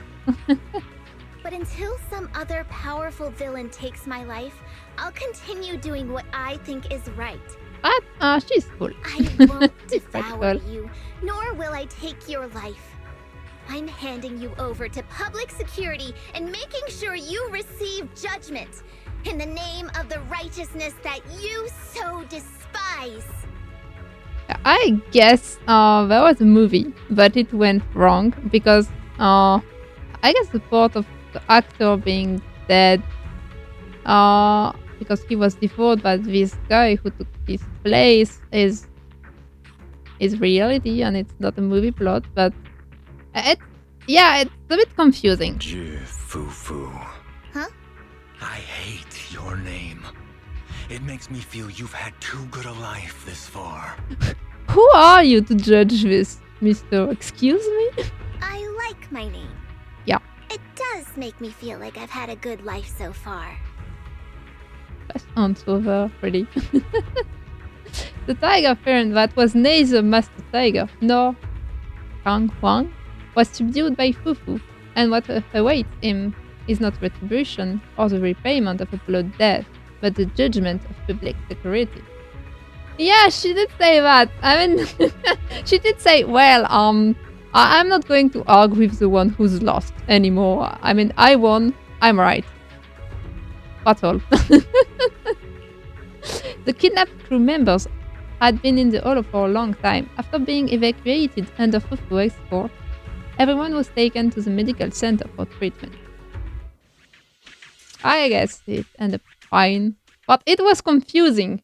I'm sorry, that was very confusing, but Fufu was great. But it was very confusing. Probably wouldn't have been so confusing if it was a bit longer, like with edit scenes to really understand what was happening there. But can't expect that much of of an agent story. But I do like that apparently they're making agent story more closely related to the current story. It's been great. It's a great idea. Yeah, it's pretty. Yeah, me too. Like, cat. I was waiting for that too. Jifufu reports everything that happened in the Hollow to Shifu about the film's true perils. The manipulated exaltist. Yeah, that guy. That guy. And of course, the tiger parent who hunted his own kind. You've grown a lot, Fufu. She's still small. You're making me blush, Shifu. Though, what are you referring to? My fighting? Magic? Or tactics? I'm talking about your skill in lecturing villains on morality. I'm sorry, Yishun, but she just say I won't shut up. Shifu,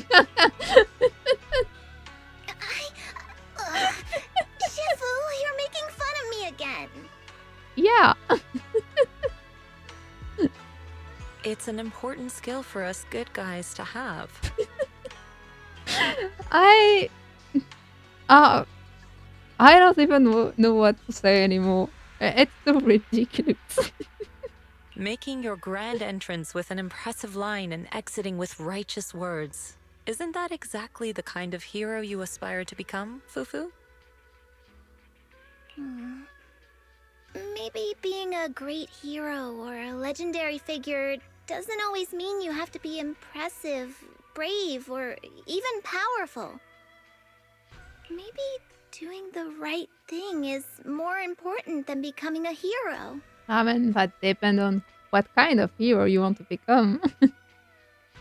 But yeah,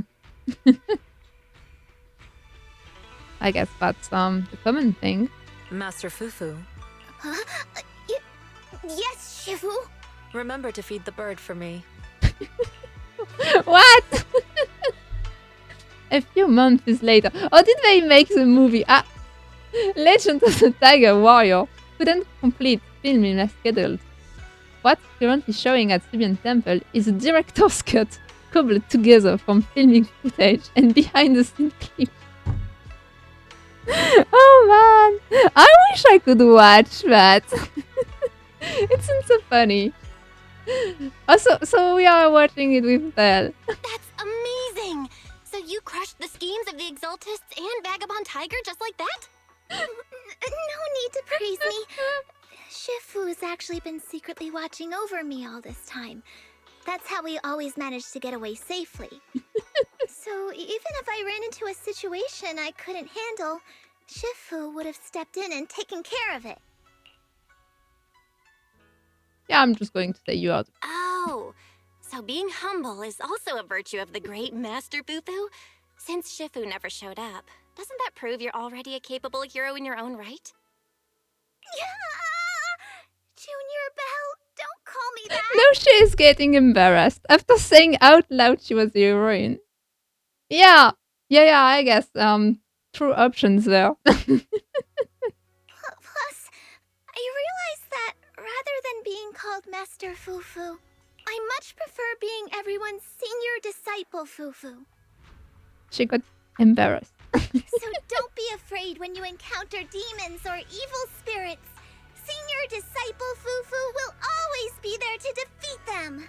I love the hand gestures she's doing. I mean, it doesn't sound threatening. I mean, I know she is definitely a great warrior and reliable in case of trouble, but right now she's just cute. Being cute.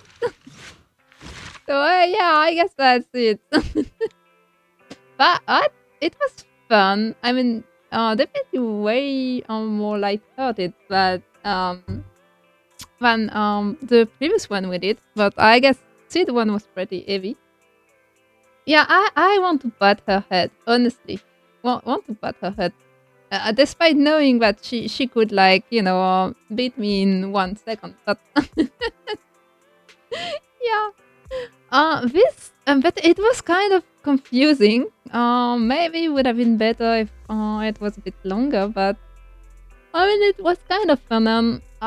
Actually, it was a good thing I started this after Seed One because Seed One was so sad, you know. Kind of made me a mess. Yeah, I've done most of them right now.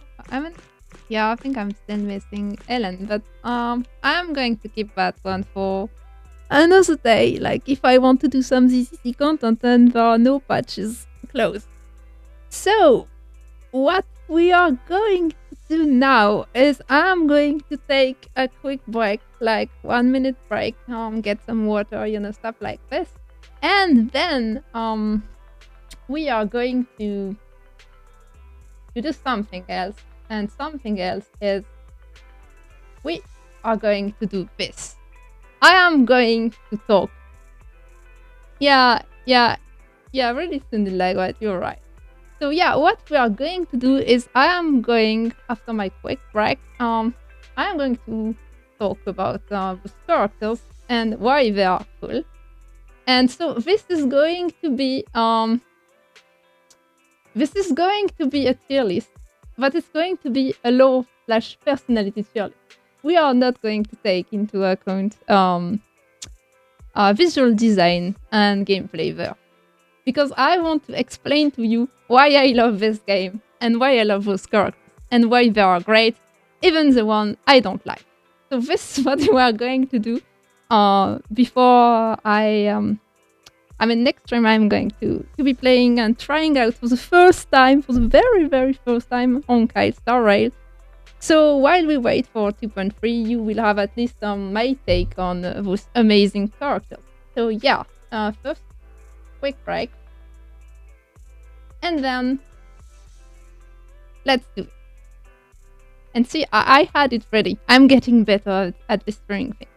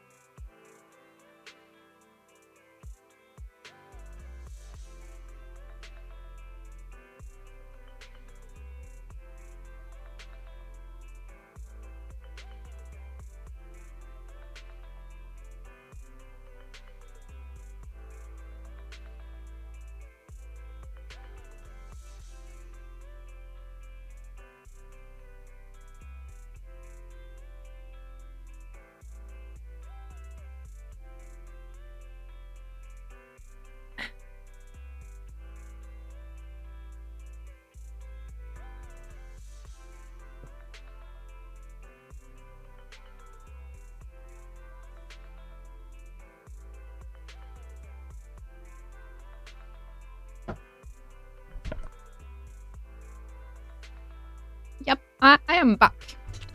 Yeah, maybe I should, I don't know, cut the sound of the game. If it's bothering you, you can tell me. I'm not sure what to do with that. Yeah, unfortunately, Bell isn't in the files. Or maybe I could. I think I have her file somewhere. I'm going to see if I can add them.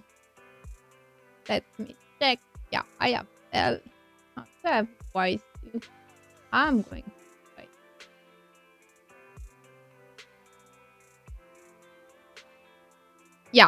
I put them. All right.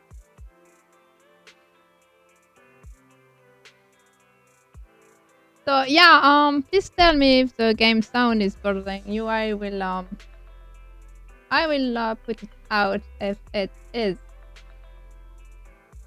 So let me change my title too. Let me tell you.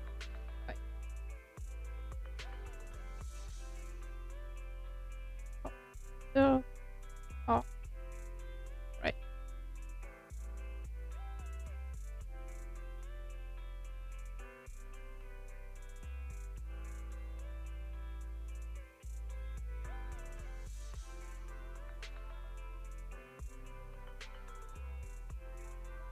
All right. I think I have updated this. So yeah, and I even prepared something like I even have the character in like two huge resolutions there, so we can see them better. That's how it is. But am I going to talk about MB first? Yeah, maybe. All right. So yeah, please tell me if the music is bothering you, and I will put it out. So first, we are going to talk about Ambi. Ambi is kind of like the poster girl of the game.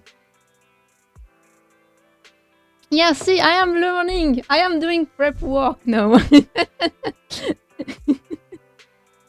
So yeah, Ambi is actually kind of like the mascot of the game. She's the one who has a picture on the app. Like the game is just her picture, and it's it's pretty fun. I like her honestly. Like she has this whole vibe, like character that is very bad at emotions. Sometimes talks like a robot, but it's just being bad at it and a bit learning. I have a very, very soft spot for this trope. Like, really, honestly, it's something I enjoy. Like seeing a character slowly learning their emotions and getting more emotive and stuff like this.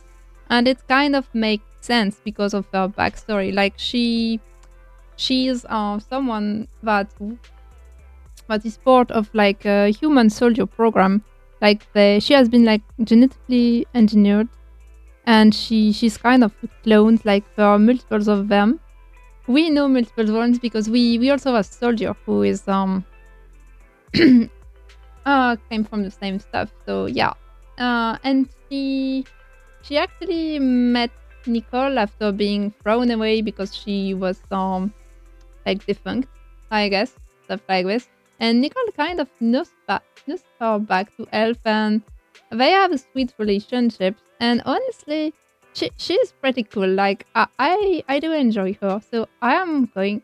You know what? I'm going to write. So this how should I put it? These are the best. Yeah. These are I love them. I like them. Let's say, all right. And always, so yeah, we like Ambi. She's pretty cool. Honestly, had a nice time with her. It's been great. So that's for her. In same factions, we have Nicole. Nicole is really funny. She's that one person who, always has problem with her money and stuff. She's always in debt, but she is also very like how should I put it? She's not afraid of stuff. She kind of scam people to get money sometimes. But she's very like outlawdy, and she's yeah. How should I put it? I don't know. This whole thing made me nervous too. But I like Nicole because she's not shy at all. Like it's pretty much the opposite. She's yeah, the goat. And she's pretty great because she she's kind of kind. Like she's always in depth for some reason, but she's very bold. Yeah, that's the word I was thinking about. She's very bold and she has some kindness, and she's actually taking a lot of care in her fellow Cunning Earth members. She's putting a lot of care, despite them just being like some kind of jokes because they are just always so goofy. Yeah. She's always in debt, but because she spends so much time helping stuff. That's so funny. And I actually quite like her. I like her bold personality, how she isn't afraid of doing things and trying and sometimes being a bit of a mess, but she's really cool. I really like her, so I'm going to put her here. As for Billy, Billy is an intelligent construct, so yeah, very shrewd. You're right, but I do enjoy her dynamic. What do you mean that it's that kind of game? What did you thought about it? Like, yeah, exactly. She is street smart, and really, I do enjoy how bold she is, and you see like the relationship she has with the proxy. Man, I forgot to change the image. Sorry. The relationship she has with the proxies like Belle and White, like she just comes for help and gets into depth every time. And they are just like, yeah, we're going to put this on your tab, but it's because Belle and Wise know that every time she asks for the help, it's to help someone. It's not because she wants money. It's really because someone is in need of help, and so they. Yeah. But it's much more than that. I mean, yeah, characters in this game are very attractive, and you have like, yeah, a lot of fun service, I guess. A lot of stuff is a bit yeah, I mean, you have jiggle physics, stuff like this. I mean, the end of combat screens, like they are sometimes you have discutable stuff, I guess, but it's for everyone. Like male characters do get this treatment too, and I mean, characters in this game aren't just like a pretty package. Actually, it's like a pretty package, but inside there is so much stuff and so much great stuff, and it just keeps on giving. And in the end, like reducing these characters to just like their pretty, visual design, is not doing them any good. Like there is so much more to it. Yeah. Yeah, I mean, yeah, I don't know about her shorts. It's not even, it's like bikini short at this point. Is this concept is a thing? But yeah, I mean, the introduction cinematic, it was great. I had a great time. Oh, Billy is big. It was really great. Besides it. And so Billy is very cool. I like him a lot. He's very goofy, like he doesn't take anything very seriously. He's just running around, having fun, getting distracted, being silly because he's such a huge fan of the Starlight franchise.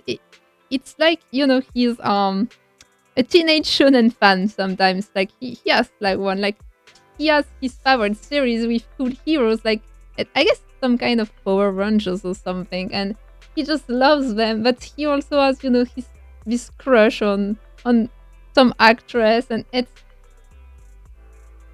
yeah, yeah. I guess you're gonna make them look good, but I mean, if you only make them look good and cool, and there is no substance behind it, I don't know. I wouldn't be interested, and a lot of people would just drop. Yeah, he's a goofy as goose, but he has this serious side because he, like mechanical construct in this game, they it's like lost technology before you have the holo apocalypse, so we don't know how to construct them anymore, but they're sentient. And he used to be like, he's like I think it was some kind of private bodyguard or something. Like he's definitely like a weapon. He's made for combat. But he has such a goofy character, and actually he was kind of still going for the combat stuff when he was found by his previous faction, which was Sound of Calidons. Yeah, I guess they attract. You mean they attract people with good-looking characters, saying, "Hey, look at this, look at those." Yeah, I haven't seen, but I didn't like the design. It was, I mean, didn't like how she looked. Yeah, me too. I cried on stream. It was bad. The game. I mean, yeah. I guess you kind of, but he has this wild vibe because he was with the Son of Calidons, and Son of Calidons are like outer rings people, and so it's people who don't live in the city, and they are kind of this biker gang aesthetic, but not only aesthetic, like they are really like biker gangs. Yeah, and so he was with them, but then he kind of got rescued by not really rescued. He just went into the city and kept being goofy, and because Nicole kind of took him in, and he's just so funny. Like it's like a killing machine. He's like Terminator stuff, like really a killing machine, but he's just this guy who enjoy his anime series and keep collecting merch of this, and his anime series is like the most shonen thing ever. And he has this crush on this actress, and he's just so funny. I like the trope of killing machine gun goofy. I mean, so yeah, I really do enjoy him a lot too. So I'm going to put him here. So who do we have then? Oh, he's small. We have Nekomata. Nekomata, it's been a long while since I have done the start of this game and her story, and she's a cat. Yeah, Killer Robot. Yes, I mean this game do have some of them, I guess. So Nekomata is I don't remember a lot about her. Like she acts like a cat. Like you would think like a cat in human forms. Like she. Oh, why are you torn about her? Oh, I'd like to know. I mean, she is really like mischievous, I guess. She kind of do things. She really like a cat thing. Yeah, I like her animations, but this is not an animation stuff. But yeah, her animations are really cool. But what do I say about her? She really mischievous, a bit selfish on some parts. She kind of fits well with the group of misfits, but the Cunning Girls. We are doing Cunning Girls like 3 before our Cunning Girls. And her story, it's quite deep because she's a good person. Like she's so unselfish, and she has really this cat-like lonely behavior and mischievous. But in the end, she tried to help people and almost got screwed for this. And the Cunning Girls did help her, and Faithful too, because Nicole asked us. But I mean, it didn't resonate with me that much. She's a good character, but haven't appreciated her so much. Like I don't know, her mischievous nature kind of throw me a bit off sometimes. Because you don't know what she's thinking, but is she thinking something deeper? I'm not even sure. So yeah. Yeah, I guess I didn't spend a lot on the animations. Then we have the construction guys, I guess. Anton. Let me find him. Where are you, Anton? Alright, Anton. Oh man, he's huge. Yeah, she's really fun. I mean, her ultimate is fun too, but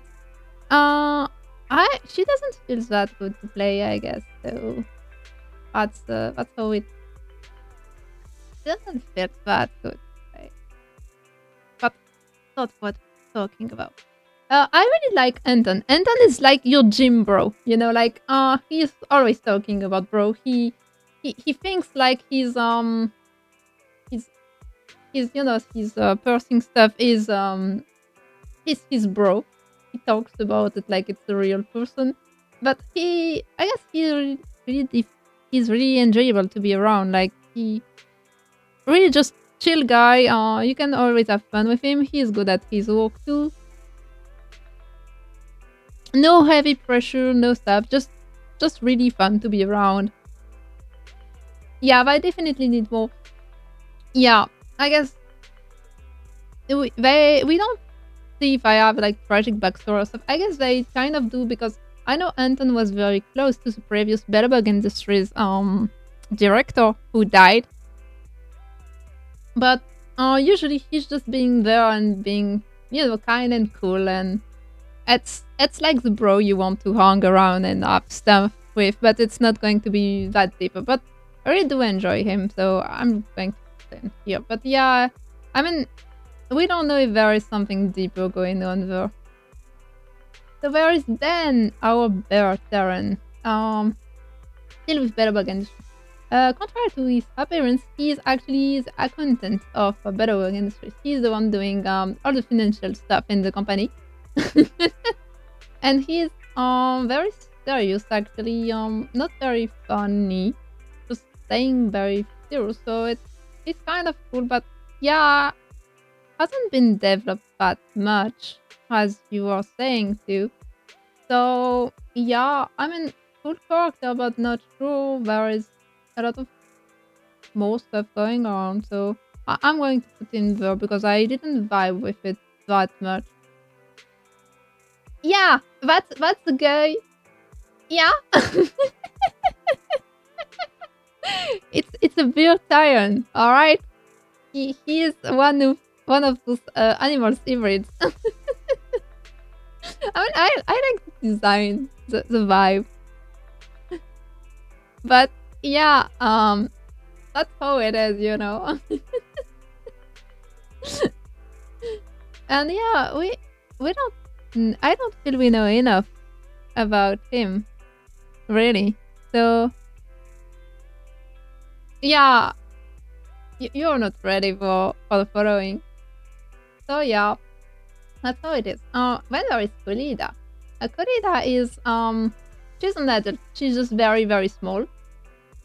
And she is the new director of Bellerbug Industries after her father died and left her with the construction. She actually got kind of pampered, I guess, by all the other characters in this faction. She grew up with them. They kind of raised her. She doesn't have the most straightforward personality. She is ashamed of some stuff. She's a bit eerie, you know, like. Yeah, I mean, we have different. I mean, we have different character on the furry scales.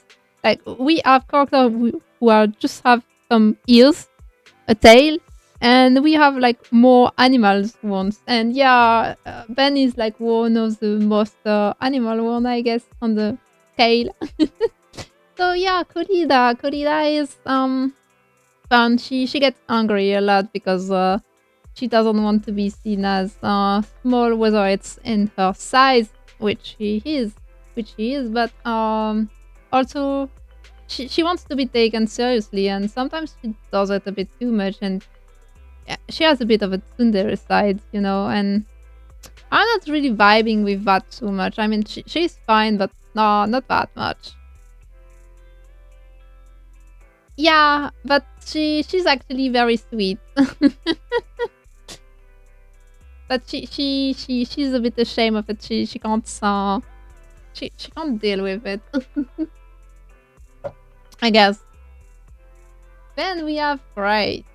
Where is Grace? Let me find her. The last but not least of these factions, which are, it's they have like a heavy construction company. There is Grace. Grace is actually pretty cool, pretty fine. She's smart. She's actually mechanical genius. But she is like not really into humans. She just loves machines so much that she's kind of ignoring most humans she met. Like when she meets our characters, she just goes for our little Bangbu, which is the little rabbit bunny robot. And for that, I really don't like her, because how am I supposed to connect to a character who doesn't really care about human interactions every time, even when we meet you? Like, she could be fine. I mean, she loves Solida, for example. But otherwise, and she has, this very, like, Iron Man genius type. Like, doing stuff and figuring really advanced AA and mechanical stuff in her lab. But she's... Yeah, it's a tactical nail gun. Yeah, weapons are funny. But yeah, I didn't vibe with her that much, because it's not that she's bad at people like you would think of mechanical genius in doing very advanced stuff in her garage. It's more like she doesn't care about humans, and I find it not endearing. Like, it's not the kind where you are, oh, they just missed the social clues. Like, she just straight up doesn't care sometimes. And that makes her actually one of the characters I don't like.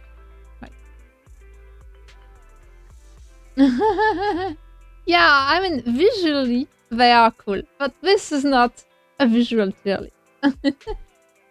But yeah, visually their faction is really, really nicely done, but yeah, I don't like.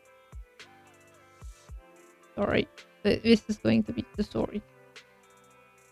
But yeah, I mean, didn't vibe her with much. She's cool, but yeah, a bit under. We haven't seen so much of her. I mean, most of the released characters, because we didn't get a lot of time with them like they did with the later ones. A lot of them we don't know as much, and it's quite a shame. I mean, yes, and it's not like she's bad at social relationship, because she just straight up doesn't care, like really does not care. So it doesn't make her endearing. Like, if she was just bad at social relationship, you could have this trope of very socially awkward person, but trying or maybe going for it, but she just doesn't care. And sometimes, I mean, it hurts. Like, why would I want to deal with someone who straight up ignore me? It's not fun. I really don't like it. I'm sorry, Grace fun, I guess.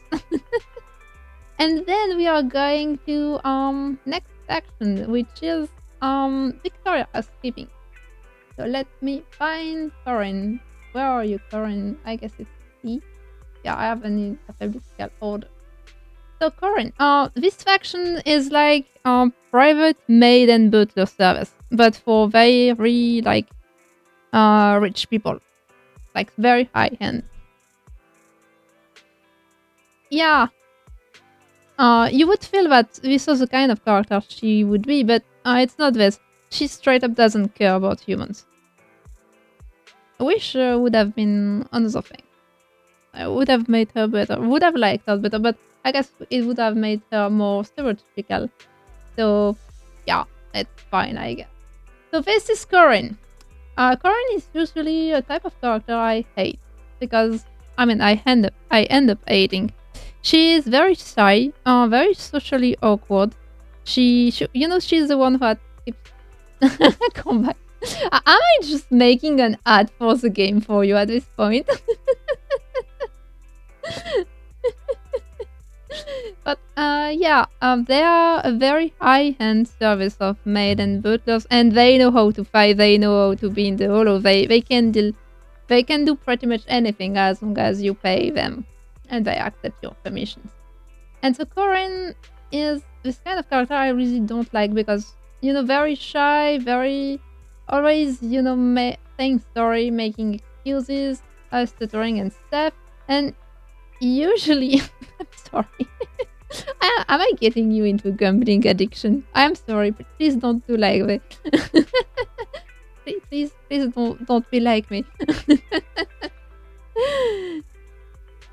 But yeah, usually it's the kind of character I end up hating because at some point I get annoyed, like them always being too shy, taking too much time to say sentences, never having anything else going for them but just being a sorry mess. I'm sorry for saying that. I'm being very harsh right there. But Corinne isn't like this. She's actually very capable otherwise. Like, she is a great employee for this service despite being one of our youngest characters in this game. Like, I think she's one of the 2 or 3 characters in this game but isn't an adult yet. I think she's something like 16 or something like this. She still goes to school, high school, I think. But she's like really capable. Like, you can count on her. She's doing great as maid. She's doing her job great, and you can actually see her improve and trying. And when she gets close to people, she stutters less, and she doesn't. She's not stuttering in front of other, faction members, and she actually tries very hard. She's just shy and socially awkward, and it's really endearing because she's not annoying at all. And I thought she was going to annoy me, but I end up really liking her because they did this job so much better than a lot of stuff actually does it. So I like her, but I'm not sure I love. I mean, it's not the kind of trope I love, so I'm going to put them on alright, I guess. But it's pretty cool. Then we have Farina, which is maid. Visually wise, I love her. I mean, I love the maid with this goth vibe. It's really, really so cool. But we are not going to talk about visual design here. I'm going to talk about character. Oh, yeah, you're right. Thank you. Where should I put this chat?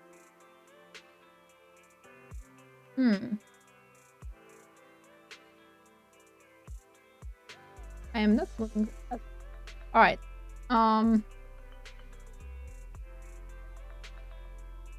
Where should I put chat?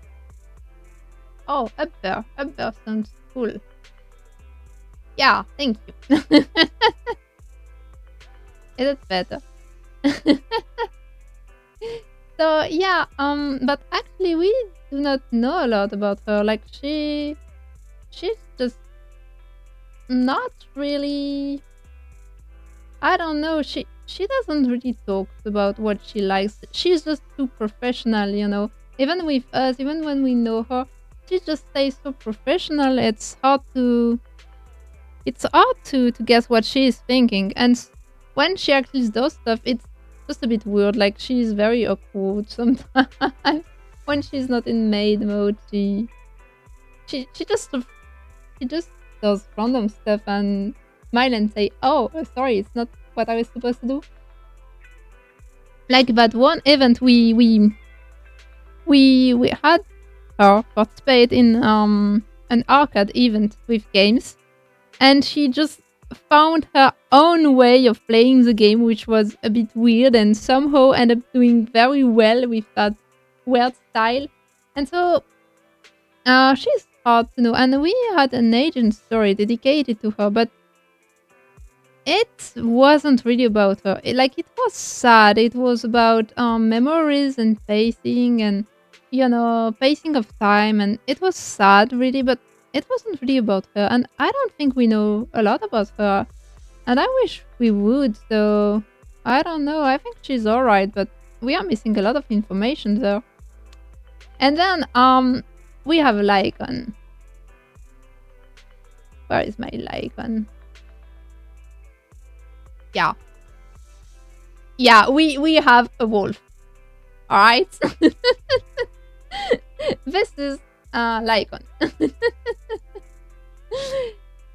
He is kind of the leader of Victoria Housekeeping.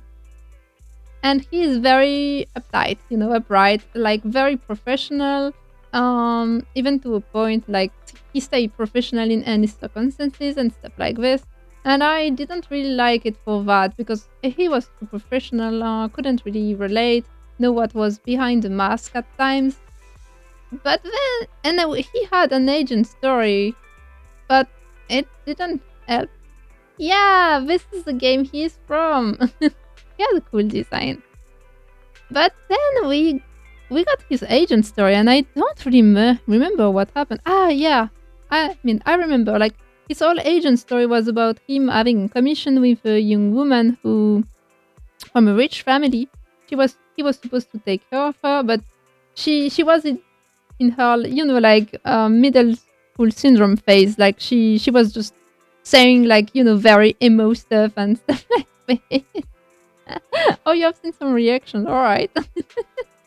But he wasn't like understanding, the dark protagonist, dark shonen protagonist character. He wasn't understanding it. He took a lot of time to get used to it because he was too serious, and that's pretty much how it ended.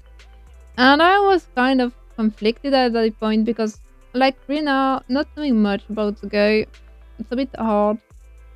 But then we had a character appear from his background, Hugo. And we got to know him when he was younger, and he was actually part of a vigilante group, doing like some kind of Robin Hood stuff, like stealing from rich people to give to poor people, stuff like this. He was doing this kind of stuff. He was very mischievous, but still upright, like in some stuff. And I kind of understood him more and really loved his relationship with Hugo. Seeing the two banter and stuff like this, it was really great. But in the end, even knowing him more, he's just too serious, too upright for me to really enjoy it. So he's going to be there. I am sorry. And then, where is my Len? Last but not least, she is, when I found her, right, it's Shock, Shivering Girl. She is the best fighter in this group, like the strongest, and her whole personality is like she is bored, like deadly bored of everything. She is good at her job, but she is bored. Like she's an high school student. I'm not really talking about her. She has friends, but it's alright. I haven't done her origin story, so maybe there is more to it. Yeah. Maybe, yeah, I guess. Maybe there is more to Ellen, but because I haven't done everything, but yeah, her whole personality is just, she's very strong, she's bored, so sometimes she just does stuff, but yeah, she's sleepy, she's in her teenage phase, and I don't know. I mean, I guess maybe some people do like, the unbothered maid archetype, like, very straight fact, and not really giving way. But I'm not really into that because I wish I would know her more, like more her emotions. I guess I guess there are the characters I promoted. I guess maybe, but I don't know. I mean, should you promote your game with Gunnar characters? If it's just a bait, because in the end you have just great stories and great characters and stuff like this. I mean, combat's great too. So, but I mean, maybe some people were like actually repelled by this, but like saying, "Oh no, this is just a Gunnar game where there is no substance to it, so I'm not going to play that." Well, it's a great game, both for gameplay and story-wise. So I don't know. Feel like weird marketing to me, weird marketing tactic. Yeah, that's it. That's how I feel about her. Like, alright, wouldn't be mad, but yeah, that's how it is. So yeah, she's alright. And then we go to section 6. Section 6 is one of my favorite sections in the game. And there is Sukaku. Sukaku is an Oni, which is a species which exists in this world, but we don't know a lot about it except there was a war between Onis and humans a few years ago, but that's pretty much all we know about them. We haven't really seen any other Oni character except for her, so it's a bit weird. And she seems to be growing way slower than humans and also being very, very strong. So actually, she's our second child because she is still a child, and she's really like your goofy, very having fun child. Like she eats a lot, she's hungry a lot, she wants to have fun, but she's very bubbly. I kind of like her. She's cool, but there isn't much depth to it because she's a child. She hasn't like layers and layers and layers of personality going around, but she is cool. I like her. That's how it is. So Ben, let me grab Yanagi. Where is my Yanagi? Alright. Yanagi. Yanagi is great. She is like your office lady, like secretary stuff. She just looks like this and she kind of acts like this. Like, very serious secretary, but kind. She has this very mommy vibe. And she's actually taking care of Sukaku as her like big sis slash mom. Oh. She's kind of her big sis because the whole Oni war was actually resolved because Yanagi was part of the defense force, which was a military, and had a mission to try to, have a peace treaty.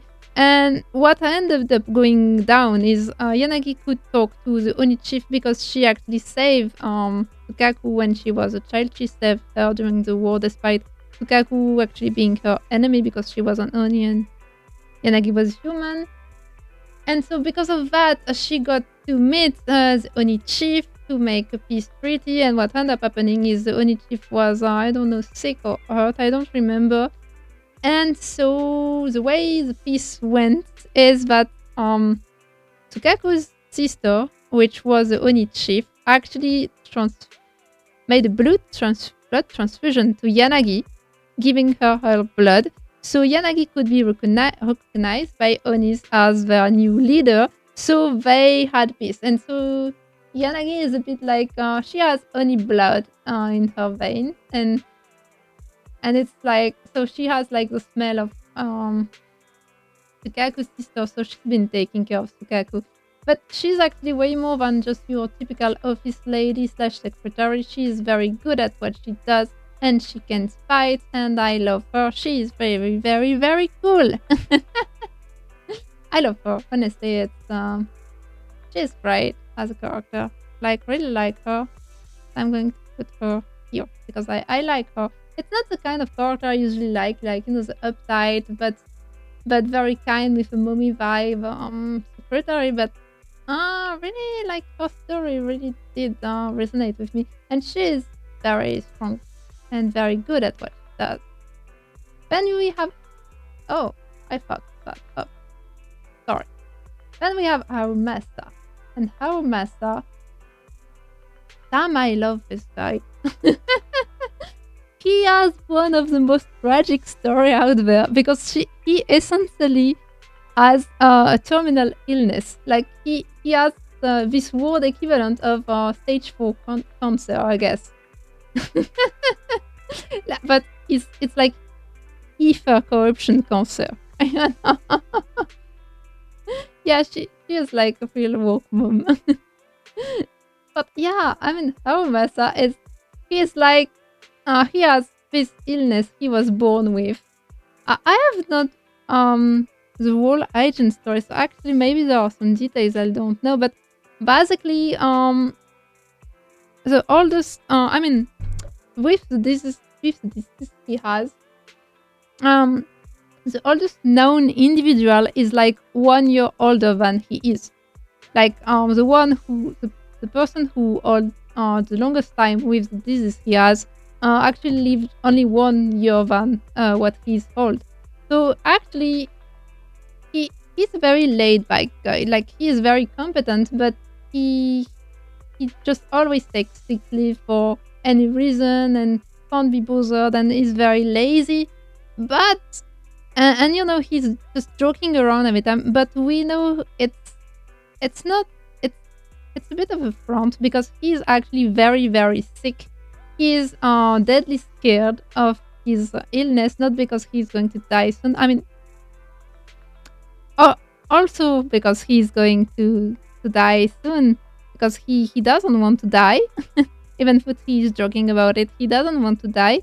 But also his illness makes it like if it flares up inside the hollow, he is going to turn almost instantly in an ethereal, and he's actually deadly scared of hurting people because he's going to turn into an ethereal. An ethereal. I don't know how to pronounce that word. Should practice that. But he is deadly scared of turning into a monster. And I mean, he has already outlived his diagnosis. Like really, when I say like the oldest case of his illness known is like died like 1 year after. It's like the oldest one. Like he already has outlived his life expectancy by a lot. So yeah, and he's just joking around, but it's like, you know, this character who's just joking and taking things very slow and being very lazy. But it's a front. Like in reality, he's very dedicated. He's doing his best. He's scared of what's, and I love him. I mean, that character is so great. If you want to see, like there is there is like I think it's some kind of demo on YouTube on his story, and it's very like it hits you hard. And for that, I mean, if it was just his personality, I would have liked him, but not that much because he's been so unserious and joking around, and I wish he was more sincere. But because of his story, actually for me, he's here. Like he's one of my favorite characters. Really, really like him. You just missed me rambling about the characters and saying which one I like or not. This is what you missed.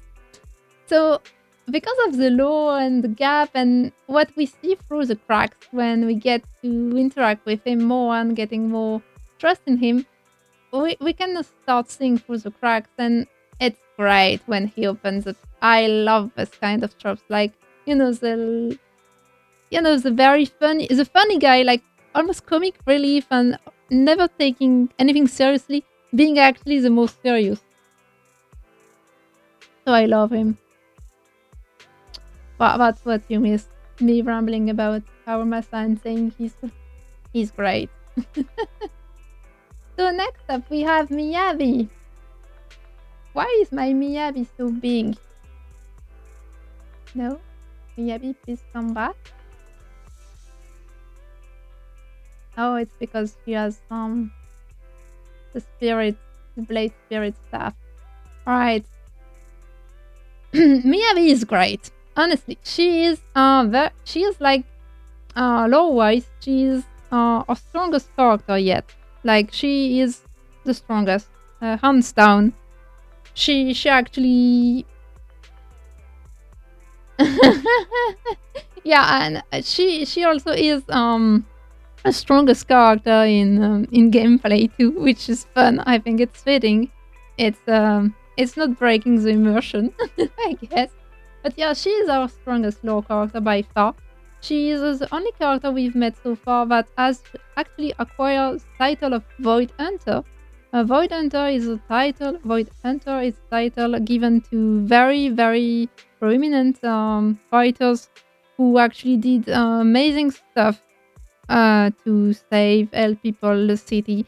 She actually got it after like taking care of an imminent disaster kind of all by herself. Like she got rid of a giant ethereal monster and the holo expansion that came with it alone by herself in less than 4 minutes. She is that strong. She comes from a very long lineage of sword masters. She's actually, I think she's, I don't know, she's the third or fourth head of the family. I don't remember which one it is. But she has her family legacy and a cursed blade with that, which she masters very well. And she is very, very dedicated to her missions. Yeah, it's the only Void Hunter we known so far. I mean, if you don't count the one in the lore video, which are mostly missing or dead at this point because it was the old ones. And she, I do always think like she's a bit like autistic coded actually. Like the way she interacts with people, kind of missing social skills, being very, very into training. Like training is it's her whole life. Like she just spends everything training, and she brings training back into everything. Like you want to take her to I don't know, to the movies. She's just going to say, all right, it's movie training, stuff like this. And I really enjoy her character. Like she just is social skills, and it's bad at a lot of things except fighting, but she knows it. She's very aware of it, and that's why she made the team. She's the leader of her team, like the three characters we've seen before, and she picked them up because she noticed that they are Mario's training. Yeah, I mean, she picked them up because she noticed they were good at stuff she isn't. Like, Arumasa is actually very good at handling social situations and seeing real intention in people because he's so good, at deflecting attention from himself and his tragic backstory, and he's really good at talking. And like Yanagi is really good at handling like the administrative stuff and saying stuff to the higher ups and taking the right decision and stuff. So she took those people because she noticed they are good at stuff she isn't, and put a team together with them. And I like her for that. Like she's dedicated, really, really love her. So I'm going to put her there. Yeah, I mean, it's so funny. Like, even people in the game are fun of her, like, just wanting to to do it. Like, it's so fitting. Like, she has so much in-game fans being such a great part of this. I mean, it makes so much sense. They are some kind of celebrities with that, and I love that they did that. Of course, you would have people being fans of great fighters in this world, like we have fans of great artists and great people. Yeah, I think it was something like a bit of the universe either, but really, really fun.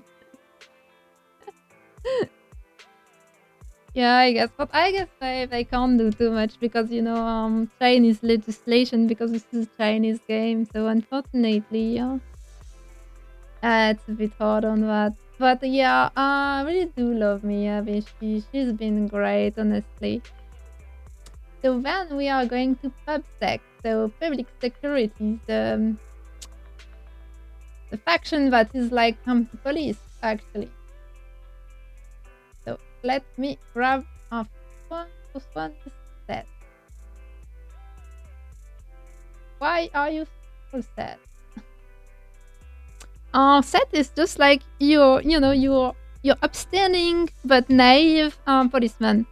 He's just like, he feels like someone fresh out of school with a lot of ideals, like thinking he's there to protect people. He thinks there is good in everyone. He just wants to protect citizens. He really comes out as naive for some.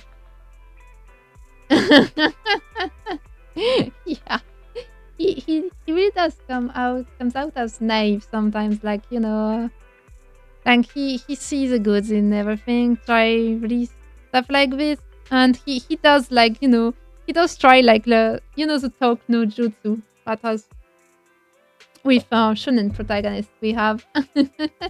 Like he tries to talk to criminals to convince them to be nice or stuff like this. But actually, what I like about him is he actually has a lot of emotional intelligence. Like he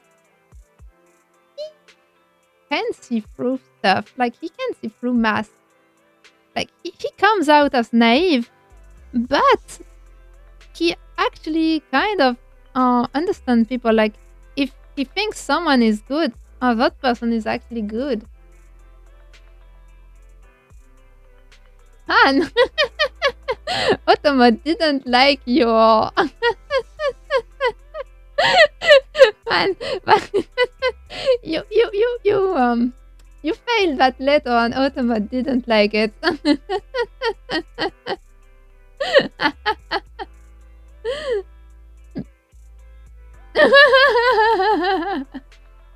Yeah, I trust her. I trust it was a typo. I hope so.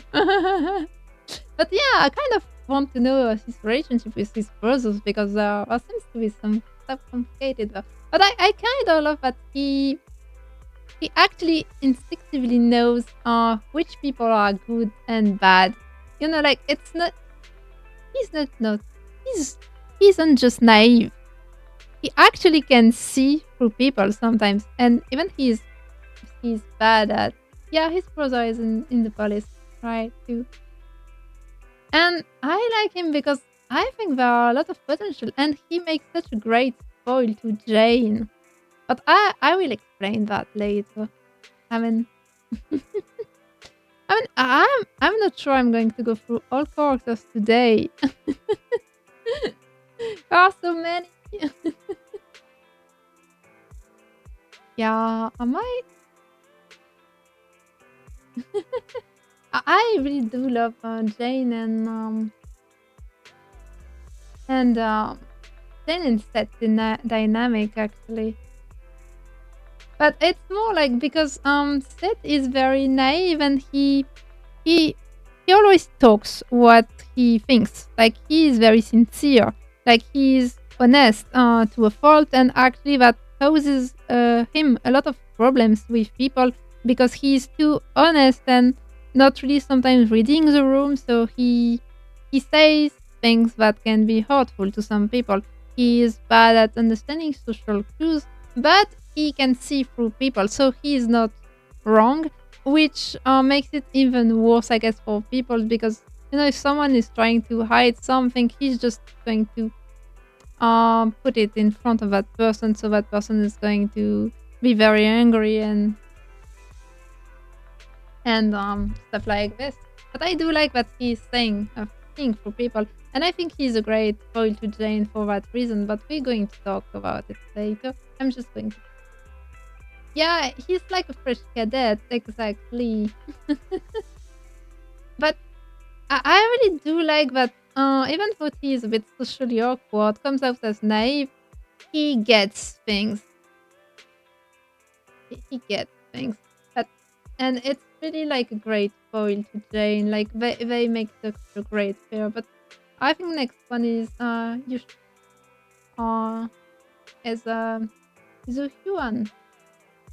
I forgot how to pronounce the name.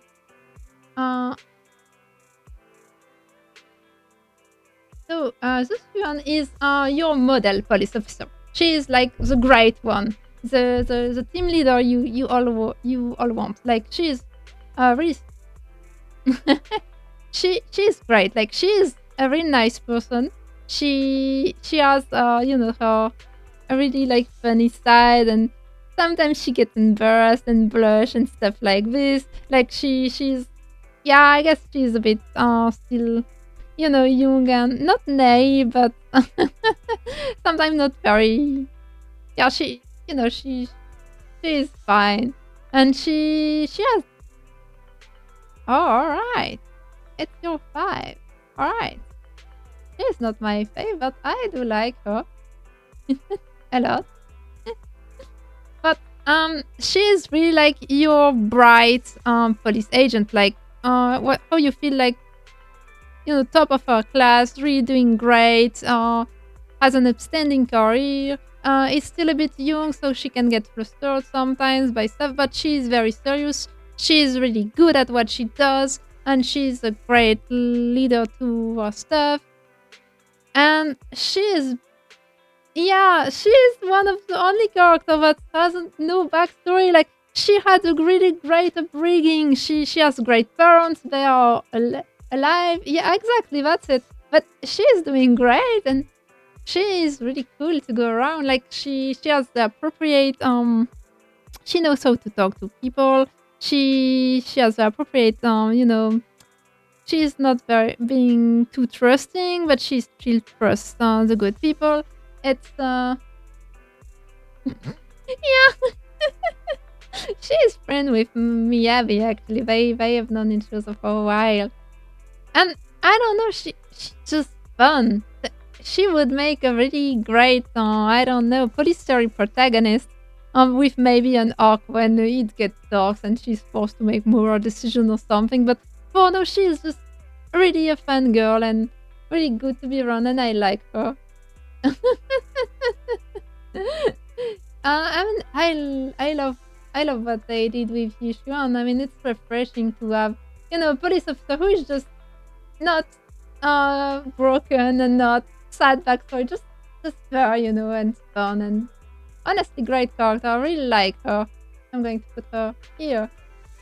And then we have Kingi. Where is my Kingi? Let me grab her. Alright, Kingi is an intelligent construct. She is lost technology. She is a robot. She is not human. You can see her maybe on her leg, like if I put my, I don't know where I put my. Alright, you can see her on her leg. It's a mechanical body, like she's a robot. It's actually not her first body, but she got some kind of memory wipe when she was transferred into that body, so she doesn't remember much about before. Actually, yeah. And she is great. Like, she is, she feels like, this old lady drinking tea, like just being unbothered by stuff, very calm, very collected, very like, and she makes a great pair with the because she is just like, when the Hyun gets frustrated, she can help her because she's way more calm and collected than her. And when the Hyun actually takes the lead and say, all right, we are going to do this, Kingi is very good at following her orders, and they make a great pair. Yeah, I mean, yeah, they did they made some trailer with her stories from before, I guess, before her memory was wiped. And unless you meant the one where no, I think you meant that one, the one that we see a bit, like she's been there for a long while, like really long while. It's just she doesn't remember, and it seems like some tragic stuff might have happened, but we don't know. And she actually talks and acts like an old person, and it's kind of funny, even she has this very young body. But she's a great character, and she makes it really great pair with yeah. And yeah, she has this deadpan humor too, like like you would expect of a robot. But we know, like, she is doing it because she knows what she is doing, and that makes it great. So I really like Kingi. She's fun, and I love her dynamic with the Yuan, like the Yuan. It's really great, like sometimes she's the one poking fun at the Yuan to make her flustered, and it's really funny. I don't know if I yeah, it was fun. And then we have Jane. And What should I say? Jane. Me recite Jane. Damn, I can't recite Jane. Jane, you're too strong for me. Can I extend walking? I don't know, man. I don't know. Oh, we have Jane. Man, I don't even know what to say. Like I feel like if I just want to say what I want to say about Jane, this is going to take 1 hour at least. Like, Jane is my favorite character in the game so far. Like, hands down, the one I love the most. She is amazing. I have so many great things to say about her. Like, should I just rumble about it for for 20 minutes or something? She is amazing. So she comes from this very damn, she made me forget my words. She is like the femme fatale archetype, like femme fatale archetype. Like she is a seductress. And in the police, her role is to go into infiltration mission, like go undercover. Like she is an undercover agent, and she uses her body and her charms to seduce people to like go undercover, go up in enemies' organization and stuff like this. Like she knows she is sexist. She knows it. She uses it uh, to get a higher rank in criminal organizations she has been infiltrating, or she just use it also to make suspects cracks in interrogations and get the truth and stuff like this. She is very good at her job. She's actually a psychological and criminal consultant. Like she is your criminal psychoanalyst. And yeah, I didn't know I could make rats sexy. I like rats actually, like they're great creatures, but yeah, I didn't know they I didn't know I could do that. But I mean, I love rats, but it's not the animal I have in mind when I think like sexy hybrid, but I guess that works. And so yeah, Jane is this whole thing, like this whole seducing people to get what she wants, and because she understands people very well, she's really great at it, like the right level of seducing and flustering people so they don't notice her cover or the things missing. But there is more to her than this. Like if she was just like this very stereotypical archetype, like only the seductress and using it for just going up in ranks and stuff, I would have not have loved her. Like I would have been very neutral. But I love her because there is so more to her than just that. Actually, Jane is very, very smart. She is one of the smartest characters we have met. Might even be the smartest character we have so far. She is not only great at understanding people, their psychology, which makes her very, very. I mean, I guess you don't want to be on the opposite side of Jane, because she uses the fact that she knows people so well. She uses it to get the result, and fortunately, she is on the good guy's side. Like, fortunately, she is not really a villain. She's just doing it to infiltrate and get blue evil organization from within, stuff like this. But if she was really if she was an antagonist, man, would have. I mean, I don't know how we would have defeated her because she is so smart. And what makes it even greater, it's not just that she's smart and using that and actually manipulating people to get what she wants and doing it for the good. Like she's manipulating people for good reasons.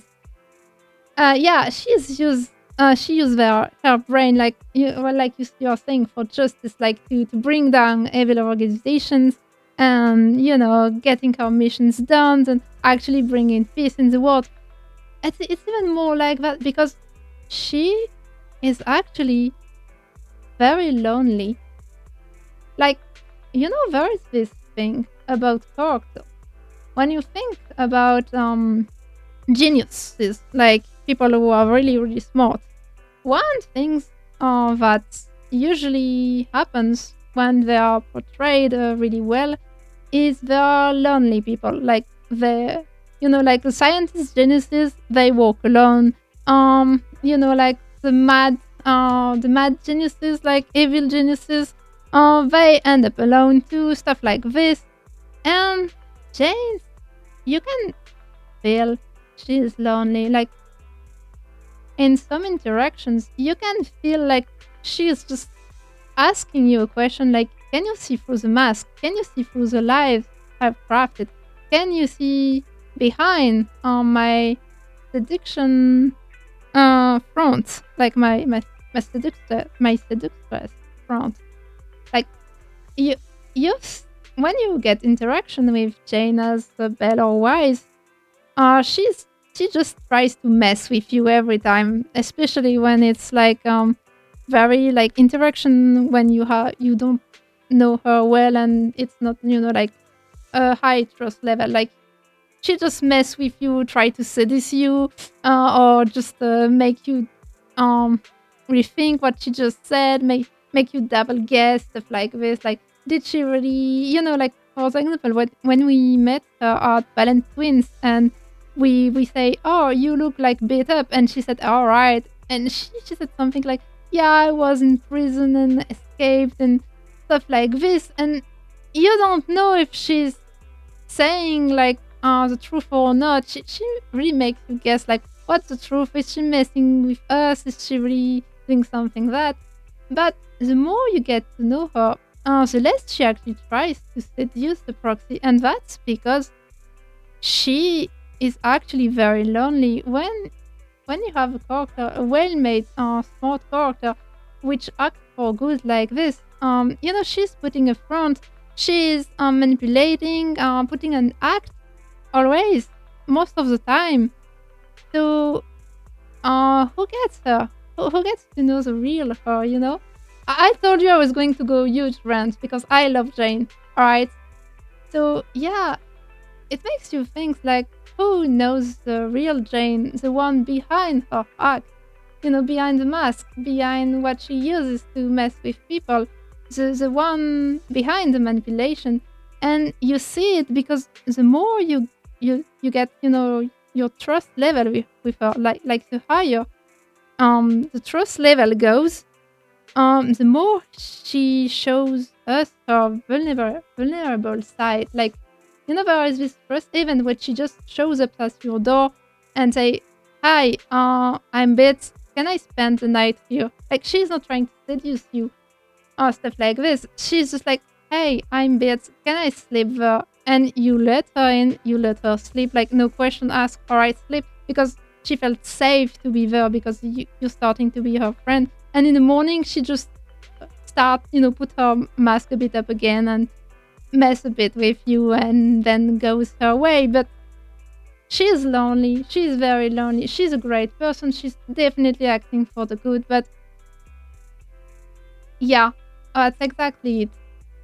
People are interacting with her through the mask and how she creates it. Like, she is the one in charge of every conversation she is in. She was the one leading people where she wants to lead them, whether it's just having fun. And she is having fun with it. Like, she definitely truly enjoy being the seductress and stuff like this, because she does it even outside of work. Like, she does it with people she likes and stuff like this. Like, she loves to get the Yuhan flustered and stuff like this.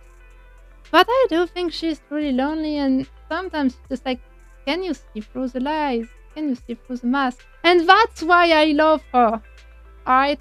I mean, she's amazing. Really love her. Really,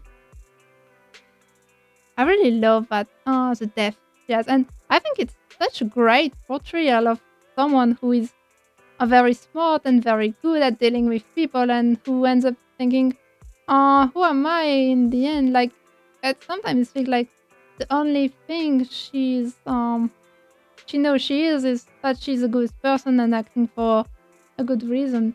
And that's why I love her dynamic with Seth so much, because Seth, while being very naive and very like absolutely and completely like falling for her act, like stuff like this, Seth sees through her, and you kind of notice it because when you do Jane story in the game, you see that Seth is like it because Seth actually like he doesn't try to convert every like what happened in the story, if you don't remember, is that Jane is infiltrating this whole gang, and she actually went very high up in the hierarchy because she's like almost second in command and stuff like this. Like she's an advisor for the boss, and Seth accidentally got taken in by those guys. Like he got taken prisoner because he was trying, to save some people, trying to charge at the gang. It went wrong, and so there is this whole dynamic with Jane trying to keep up and seeing like can she trust Seth so they can make a plan to bring the whole gang down, but Seth does he's just been too naive, so she thinks, all right, I'm going to do this on myself because he won't be able to act like I'm a bad guy if he understands I'm not a good guy. But this whole time, Seth actually tried to convert some bad guys to his side, but he doesn't try to convert everyone. He just, has some specific person that he actually tried to convert. And the guy he tried to convert are actually good person. Like, he actually managed to have a guy in, the villain group. He actually managed to have one, like, cut his restraints and let him free. Because he see through the mask somehow, like, despite him being very naive and very bad at communication and stuff like that, he actually see who people are, and he immediately see and try this whole time to convince Jane that she is in fact a good person and she has good in her. And it made such a great story because, yeah, obviously Jane has good in her. Like, she's been undercover. She's trying to bring the whole gang down.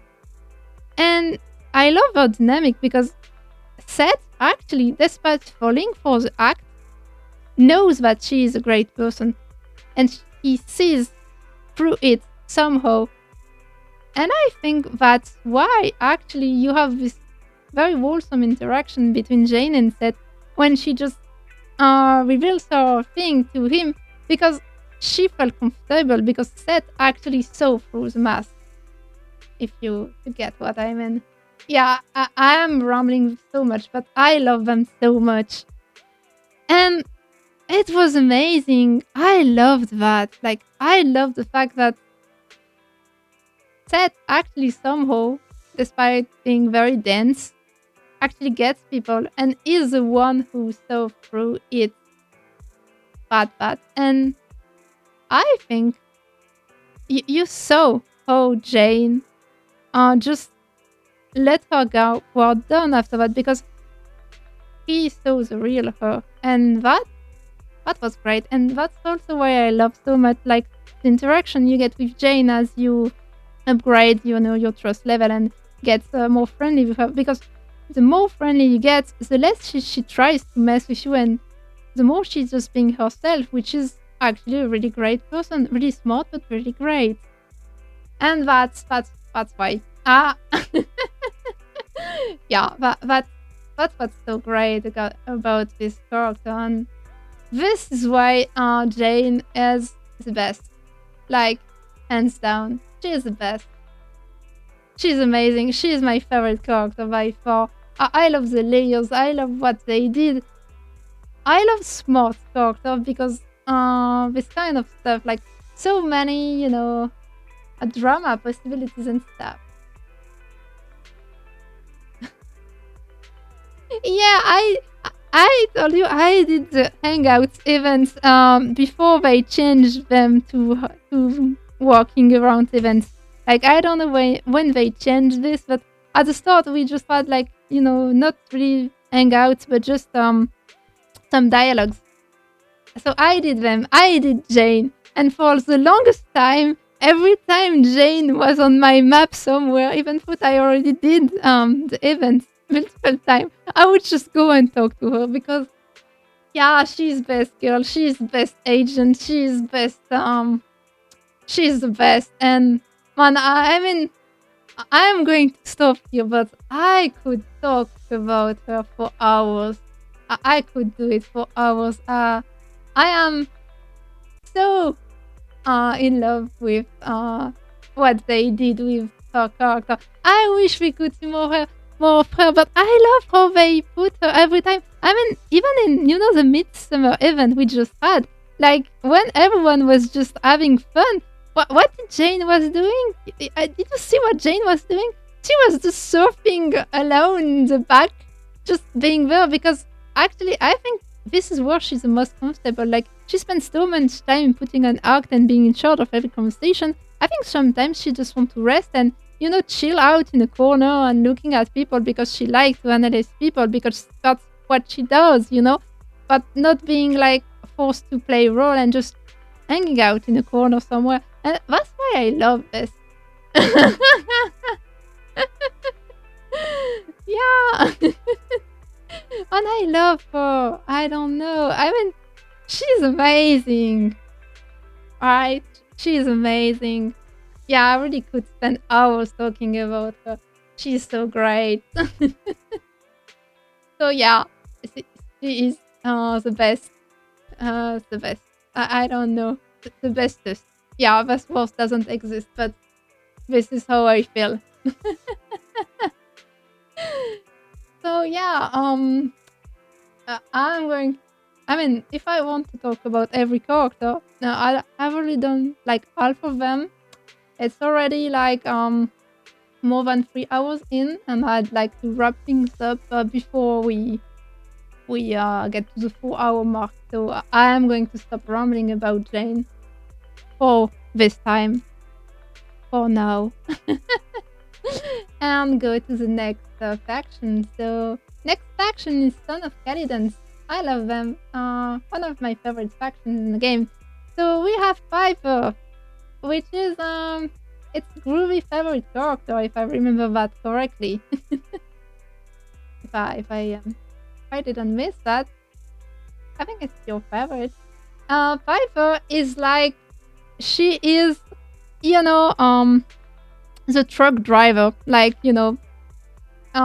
picture like a truck driver, a really chill guy in his like 50s or 40s, just chilling and driving the truck and just being a bit lazy, like sleepy, really cool and really chill. That's Piper.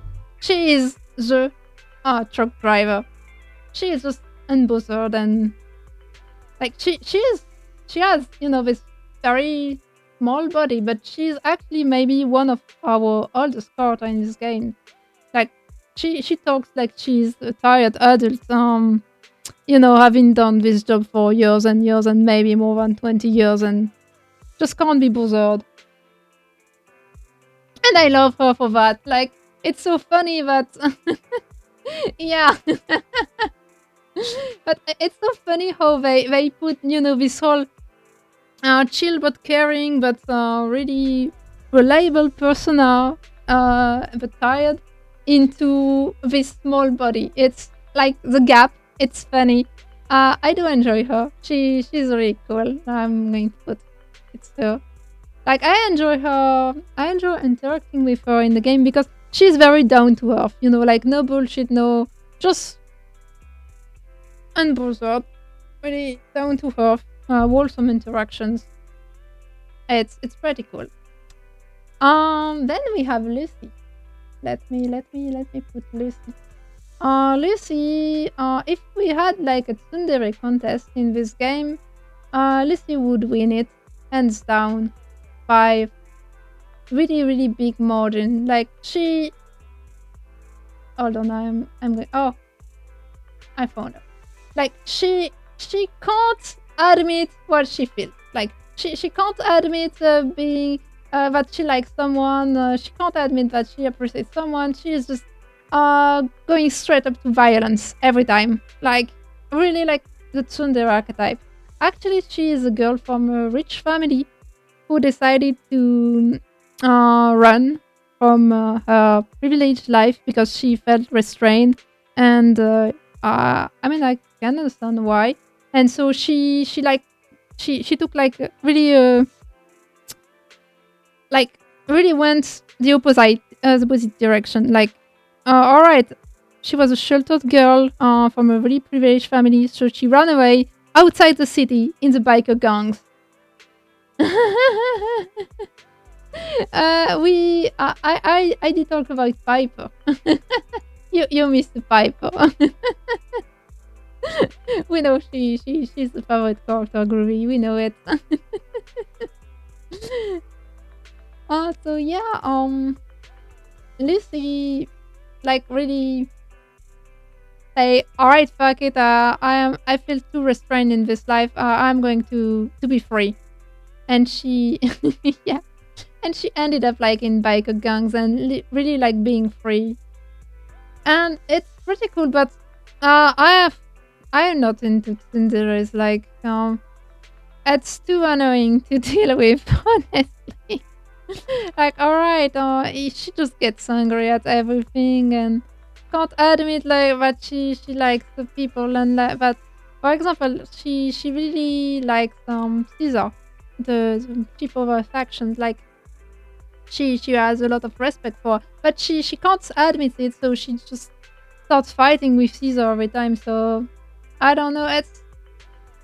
It's not really my thing. It's alright, but not what I like as a character, I guess. Then we have Tulcra. Yeah, I guess you can see like there's definitely something going on. Like, the more a character is like sincere or being true to themselves, usually the more I like them. I don't really like characters who can't be vulnerable, who can't say and admit what they like. Yeah. Alright, we are the same, I guess. Fine. So Pulchra is like, she was an antagonist at first. Like, she's a mercenary who was working for another biker gang when we did the bikers gang story. She was in the opposite camp, I guess. Oh no. No, I alright. It's working again. I disappeared from the stream for 1 second.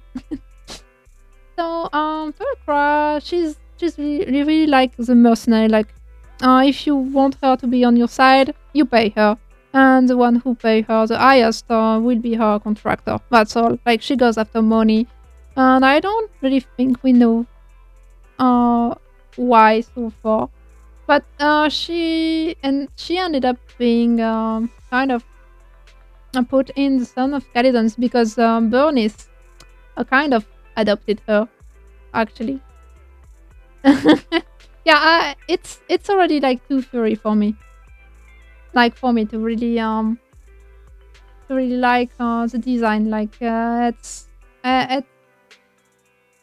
mean, I love that we have her in the game, and I definitely understand the appeal. But I mean, it's for me, it's already like too furry for me to really enjoy the visual design there. For me, it's already past the line. But I do love that we have her. I mean, it's pretty cool. We have some very hybrid and mixed character, but we have this whole scale in the game. I like it, but not my thing. But yeah, she ended up being a bit of a tsundere too, I guess. But more like she won't admit that she ended up liking being in the Son of Calydon, and she just still saying, yeah, I'm doing this for the money, because I'm a mercenary and money is my only guide, and I'm not here to make friends. But she got adopted by Bernice. And I don't really like this character too, so it's alright, but I don't know. I would have loved her more if she just admitted that Bernice became her friend. So Bernice, let's talk about Bernice. Bernice is our resident crazy girl. She is the psycho, like she has this full, I don't know, Jinx Harley Quinn vibe. She's a psycho, but she is on the good side. Like, she's a psycho, but good. She is very chaotic, and I love her. She's one of the characters I really enjoy because she is very crazy. Sometimes it's kind of like naive. Like, she just thinks the whole world is her friend, but she makes it work. Like, she is not being delusional. She somehow makes it work. Like, she has very high energy. Yes, her song was great.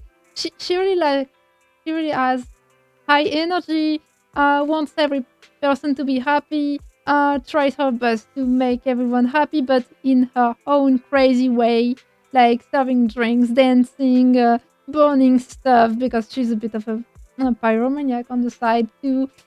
And I just love her because she's in fact so kind. Like, she is not delusional. She just makes it so the whole world becomes her friends because she's just so chaotic and high energy that they just end up, like falling in her face. Like, she just take people and and it's so funny how she's able to do it. And honestly, really love her. Like, she's really really fun, and I love the fact that she is really like the psychotrope, like not being delusional, making the world, making like the game words, I mean the world rules bend to her wants, I guess somehow, but in a good way. Like, she's just so nice. She just wants people to be happy, and I love her for that. Um, Caesar is pretty much reverse Fufu. Like, she is a warrior. She is freaking strong. Like, very, very, very strong. I think she's one of, I don't know if she's the best fighter in the Son of Calidans because I don't remember if Lighter is better than her or not. But Lighter is supposed to be, we were going to talk about Lighter after, but Lighter is supposed to be the champion of the Son of Calidans, which is the person in the biker gang who accept like duels and stuff and fight, but he doesn't get a lot of fighting work because of Caesar fights instead because she wants to fight despite being the boss, and the boss in the biker gangs isn't usually the strongest.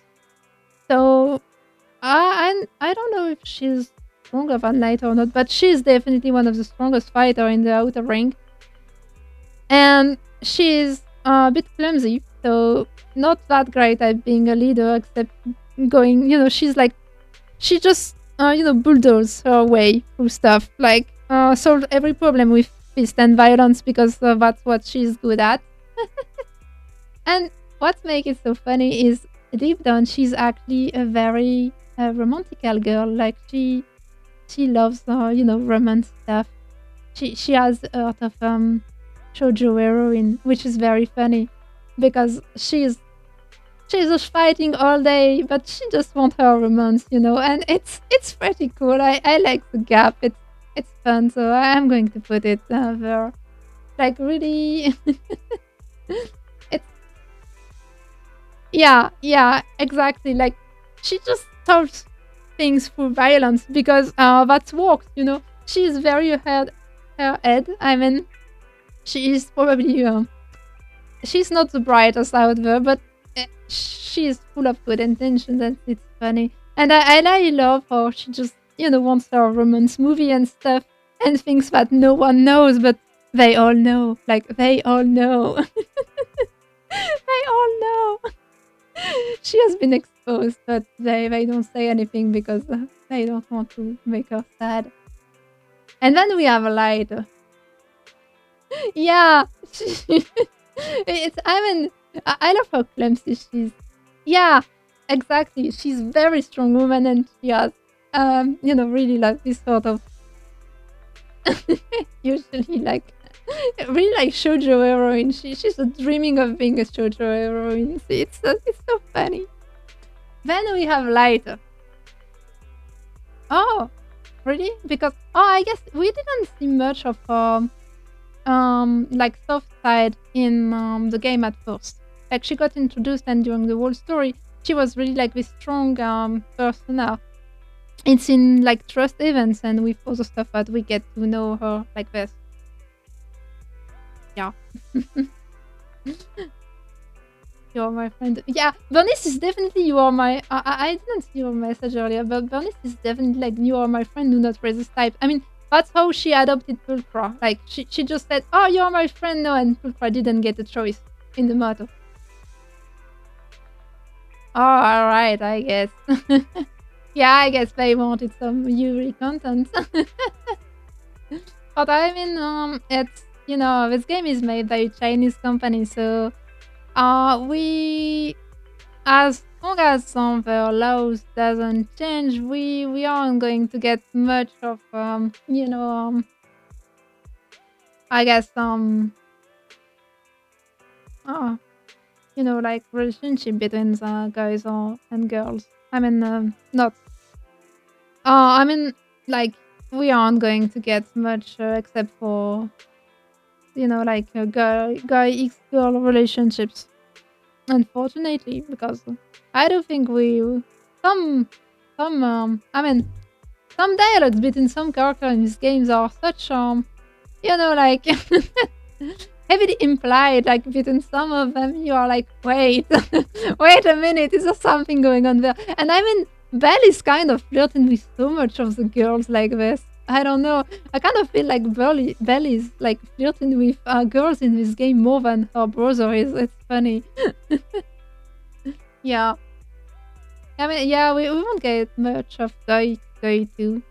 I mean, we don't have a lot of guys in the game, so not a lot of possibilities there. But I mean, for example, like this whole dynamic between, I don't know, like on Hugo. I guess there might be a lot of shippers in, online. Yeah. Yeah, I mean, I mean, Belle is definitely more flirty than Wise. It's so funny. And I do think she's more flirty towards the girls too. It's so funny. But then we have Lighter. I am going to talk about Lighter. Lighter. Lighter is only second to Jane in my heart. I absolutely love him. He is every trope I enjoy in a character. Like, damn. How should I say it?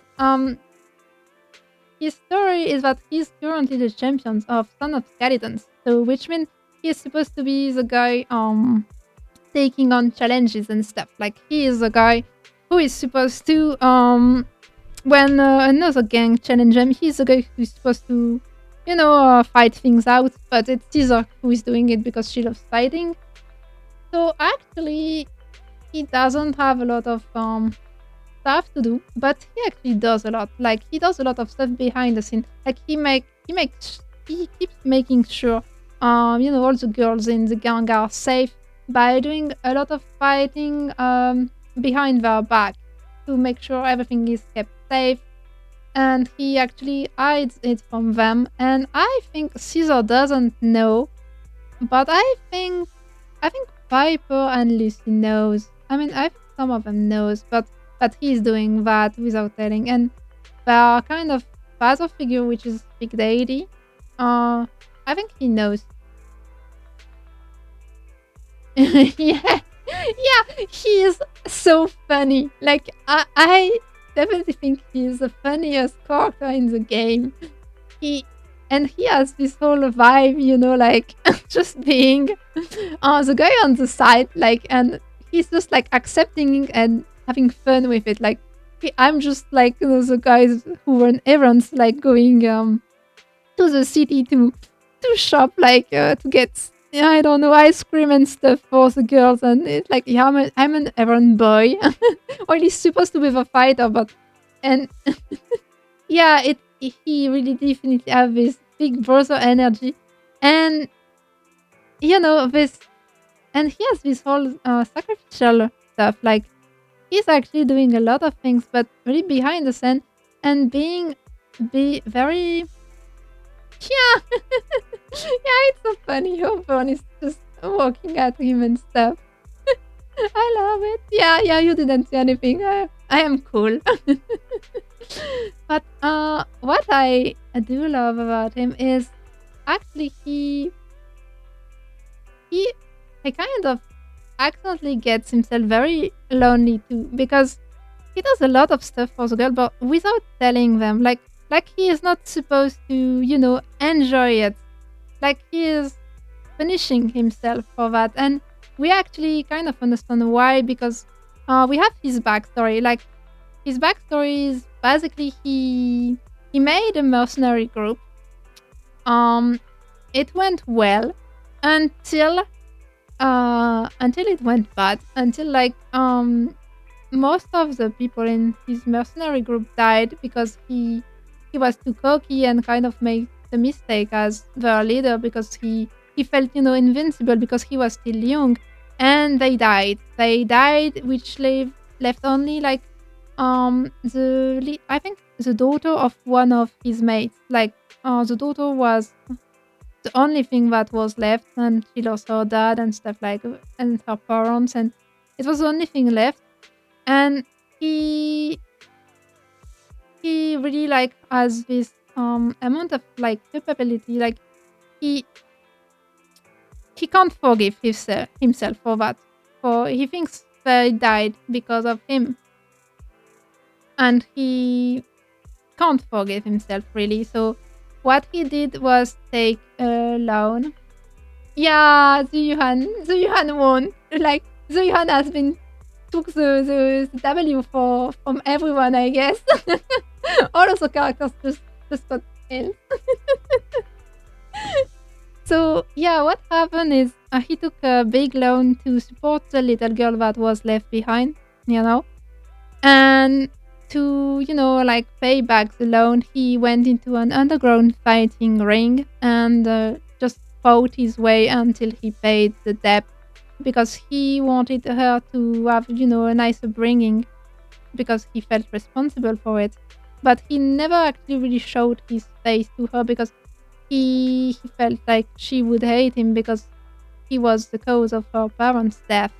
So he just, borrowed that money, took years to pay it back, like putting his life on the line for it in this underground fighting ring to make sure she really had a nice upbringing. And then after that, he got hired by the son of Caledon's Ava champion because I guess Big Daddy uh, heard about him and took him in and just, I don't know, want him in to, stop making amends and live for himself and forgive himself.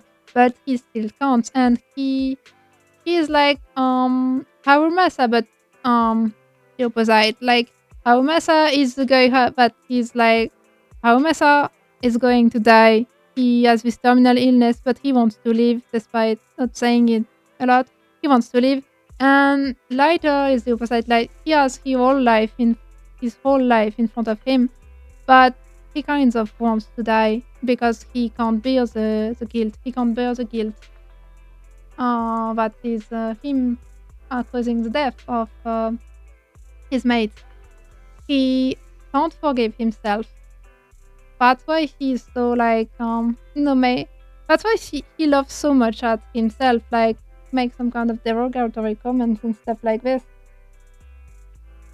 He puts himself down because he is in such pain from the guilt, even though it was years and years ago, and he can't bring himself to be happy. Like that's why he doesn't mesh a lot. I mean, mix a lot with the girls. Like he always saying a bit outside, a bit, not going into the circle and not fully having fun because he just has his guilt and this thing that can't leave him, and he doesn't allow himself to be happy. And man, I am weak to this kind of characters, like the one with this mentality. Like even though it's a very self-destructive way of thinking, even though it's bad for him, and it's really like it brings him down so badly, and he should just, I don't know, do something. He made amends already so much, and he should find a way, find the strength to go and to, because it was a bit of his fault, but he didn't kill them directly. Like he made bad decisions. They trusted him, but they were grown up. They were able to do so, and I don't think his old mates would have thought that he, would have been mad at him for that. Actually, I think but he can't forgive himself, and even though it's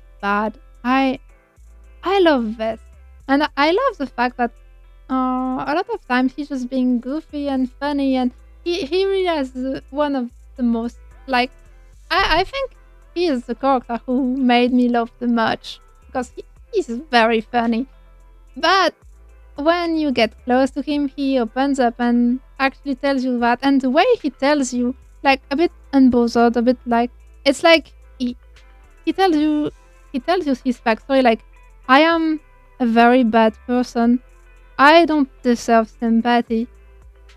I need to pay for that, and I will keep paying for that. That's how he delivers it, and that hurts. And I love light. This is me rambling about lighter. So yeah, love him. I'm very weak to this kind of character. Like very, very weak. Yeah. But damn. And it felt so bad because he is such a great person and he just didn't know better. Then we have her, Astra Yao. She's a singer. She got pretty sheltered. She's a bit doing whatever she wants, despite being a very known artist. It's like the celebrity who just takes breaks to run around, stuff like this, with just only sunglasses, saying, "Yeah, I'm going to do this," despite being celebrity. Because I am tired of having just like bodyguards and stuff. She just run away sometimes and stuff like this. And yeah, she's kind of funny, kind of cool. I do love her dynamic with Evelyn, but as a character, yeah, kind of appreciate her, but it's not my thing. Like maybe I love drama too much, like maybe I need drama. Like I need a dramatic thing. I need tragic backstories. I need like conflict, like character being in conflict with themselves and the world and the others. She's just too carefree for me, I guess. But she's cool. But yeah, not my thing. I am into drama, alright. Like I don't want character to be sad and broken by tragic backstories, but I love tragic backstories. Yeah. Like don't remember that. Like don't make me the bad person who loves for character to suffer. I don't want to be known as the person who wants every character to suffer. I don't want to be known as that. Man, this is Evelyn. She's some kind of. Currently, she is a bodyguard of Astra Yao, like her personal bodyguard, but she's also her friend and her manager, I guess. But actually, she's that person who used to take a lot of missions and do a lot of stuff, and having targets, taking down people, corrupted people. I don't exactly know what she worked at, but it's like secret service stuff. And her last mission ended up doing some people make no, it's not like this. It's not like this.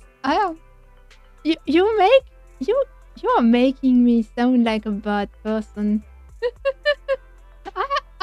I want them to be happy. It's just I need the drama. I want. I like tragic backstories. But yeah, so Evelyn actually grew very fond of Astra Yao during her last missions and ended up kind of retiring for secret service stuff because she wanted to stay with Astra Yao. And she's very cool. Like I love her dynamic with Astra Yao. The two have great interactions. I love that she's very professional and stuff, and very upright. I don't know what to say more. She's very cool. I really like her. Then we have NB, but NB before, I guess. It's like an older version of MB before she went into Cunning Air. So, uh, I mean, for me it's MB too. So I'm just not going to say stuff about her because this is MB before she got rescued. I mean, taken under Nicole when she was still with her squad. You know, the genetically engineered squad. All right. So I'm not going to rank her because she's the same person. So this is Soldier. If she looks a lot like Humby, it's because she is also part of. Yeah, yes, it's old new old MV. Yeah, but I mean she's the same person. So yeah, if Soldier looks a lot like MV, it's because she's also part of the same genetically soldier program. So they are clones actually, like they are the same. She is also very bad with emotions. Like Ambi acts a lot like a robot. But she has and so she's very good at being like in the military because she can follow orders like very very well because she has this, a bit robot-like behavior. I am not very fond of her. She has some funny stuff like she takes people to spicy noodles when she likes them. That's how she shows her affection, and she likes sometimes doing stuff, but overall, it's not very much to say here. Yeah, I know there are a lot of when I say that I love characters. Actually, there aren't a lot of characters I really don't like. Like, I don't like Grace because she makes me feel bad. But yeah, um, yeah, I remember. I guess we can say it's old MB, but also new MB. So it's new and old MB in the same time. So yeah, then there is Trigger. Trigger, I am a bit sad and conflicted about her because she could have been one of my favorite characters. Like, she has this very, very big sister vibe. Like, she's taking care of people. She is vulnerable when she needs to. She opens up. She's a great person, actually. She really likes to take care of people. She talks about her struggles, stuff like this. But she's a sniper, and sometimes she gets a bit stalkerish. Like, she has this whole, I'm going to protect you by looking in the shadow stuff, and sometimes it's bothering me because it's too much. Like, I don't know. I don't know about Voice and Bell, but I wouldn't want to have like someone just having a sniper gun pointed around me at all times for protections. Like, it feels bad. It feels too stalkerish for what I like. Like, please refrain from that. Please don't. Please don't. Please leave me alone. So yeah, I'm just going to put her here because if she hadn't this little watching over you but a bit too much vibe, I would have loved her. Like, I really loved her origin story when we saw her lose. Like, she lost her whole squad because I protected her because she was the little one in the squad. Yeah, but she is not. Yeah, I mean, she has a bit of that, but it's only a bit. Like, most conversation with her, she's actually very pretty. Like, she's very nice. She is really good at human relationships. She really understands people. She put people at ease. I don't know why they put this little thing in there. I mean, yeah, yeah, I guess. But I don't know because she's very reasonable otherwise. So that feel a bit out of place, I guess. Like, I don't know why they put this gimmick into her personality.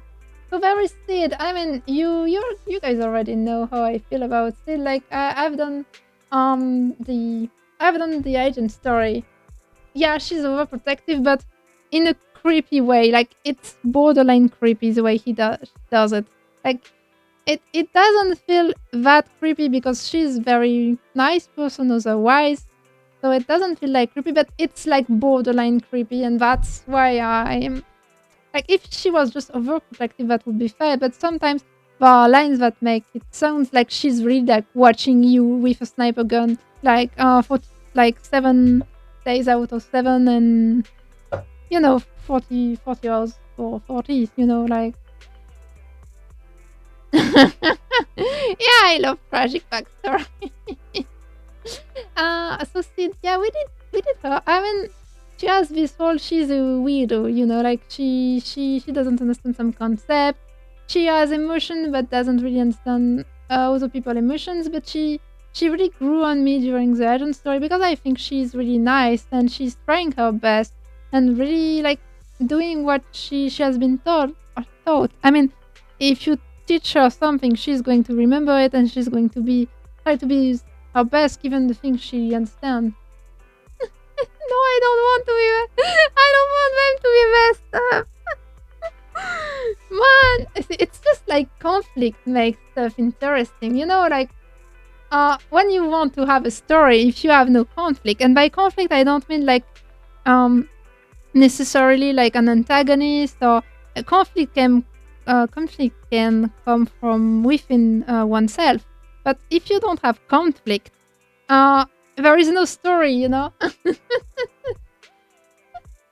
No, it's not like this. No, I just want them to be interesting. I want them to have layers. And I mean, look, I kind of really like Zhu Yuhan. And Zhu Yuhan doesn't have a tragic backstory. She's a great person. But there are a lot of stuff going on there. Yeah, I didn't like Sid too initially, but she really grew on me. No! Man, I mean, well, I kind of feel like it's half the truth, with everything I've said since earlier. Damn. Okay, then we have Orphe, and Magus. As for Orphe, I don't really think I know her well. Like, she's shy, she can be, but she can be also great. I don't know. I feel very neutral about Orphe. Like, they didn't give me real reason to be care a lot. But I do love Magus. Like, Magus was great. Like, very fiery, like hot-headed, impulsive, but still caring. Like, I have forgiven Magus for being such a bad friend to Isolde. I've forgiven her. But yeah, I mean, that was pretty cool. I mean, I've talked about them a bit extensively during 2.2 story. So I'm going to put them here. Like, I don't know. I mean, if it was Orphe only, I put them here. But I love Magus a bit more, so here, I guess. Then we have Vivian. And I think I've already talked about Vivian on this channel. Like, Vivian is a sweet girl. She has a tragic backstory I like because she's actually able to. Let me say, Vivian, you have such a big umbrella, please. She has this backstory, like she has the power to. She has like premonitions, like she can see stuff from the future, and it's usually bad stuff.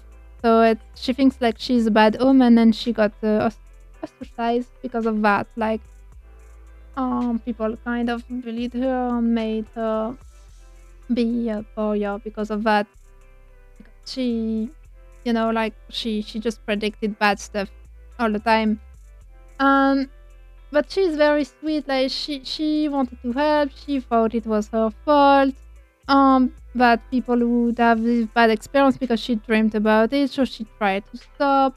She really had a great arc, but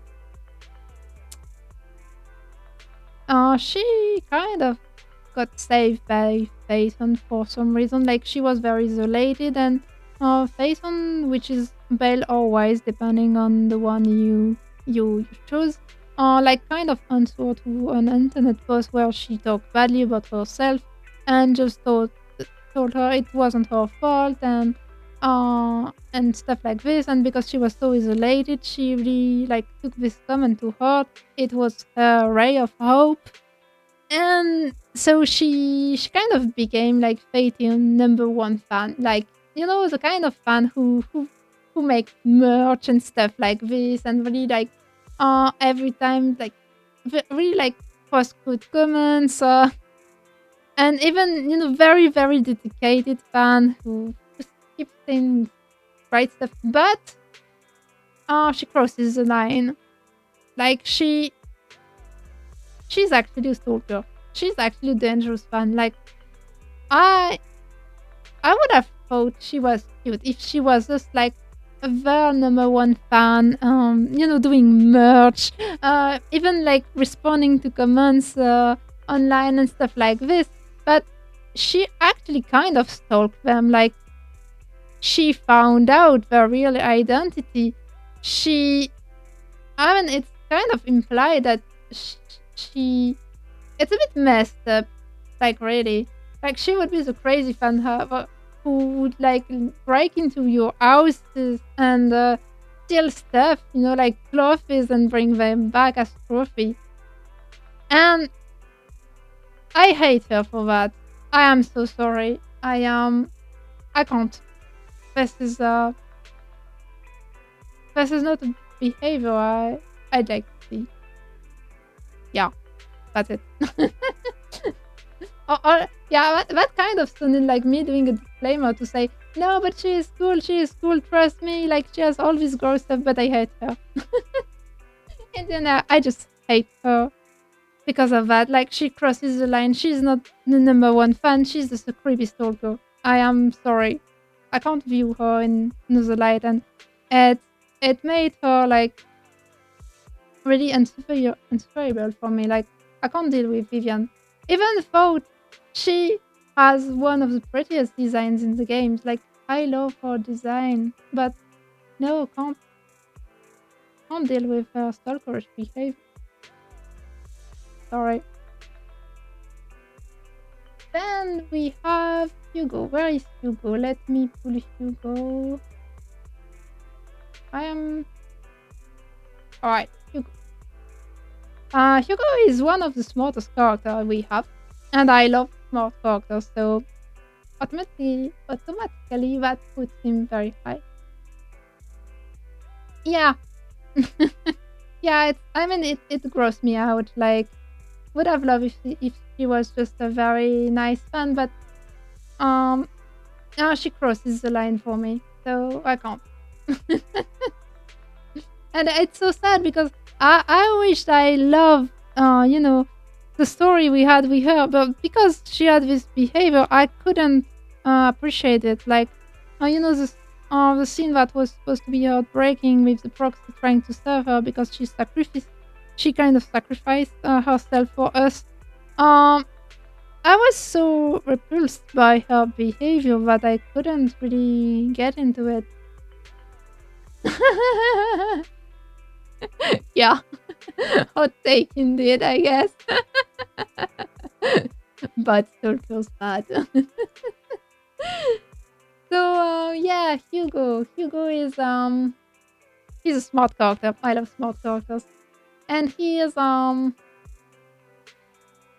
actually like the bastard son of a rich family who was ostracized for it.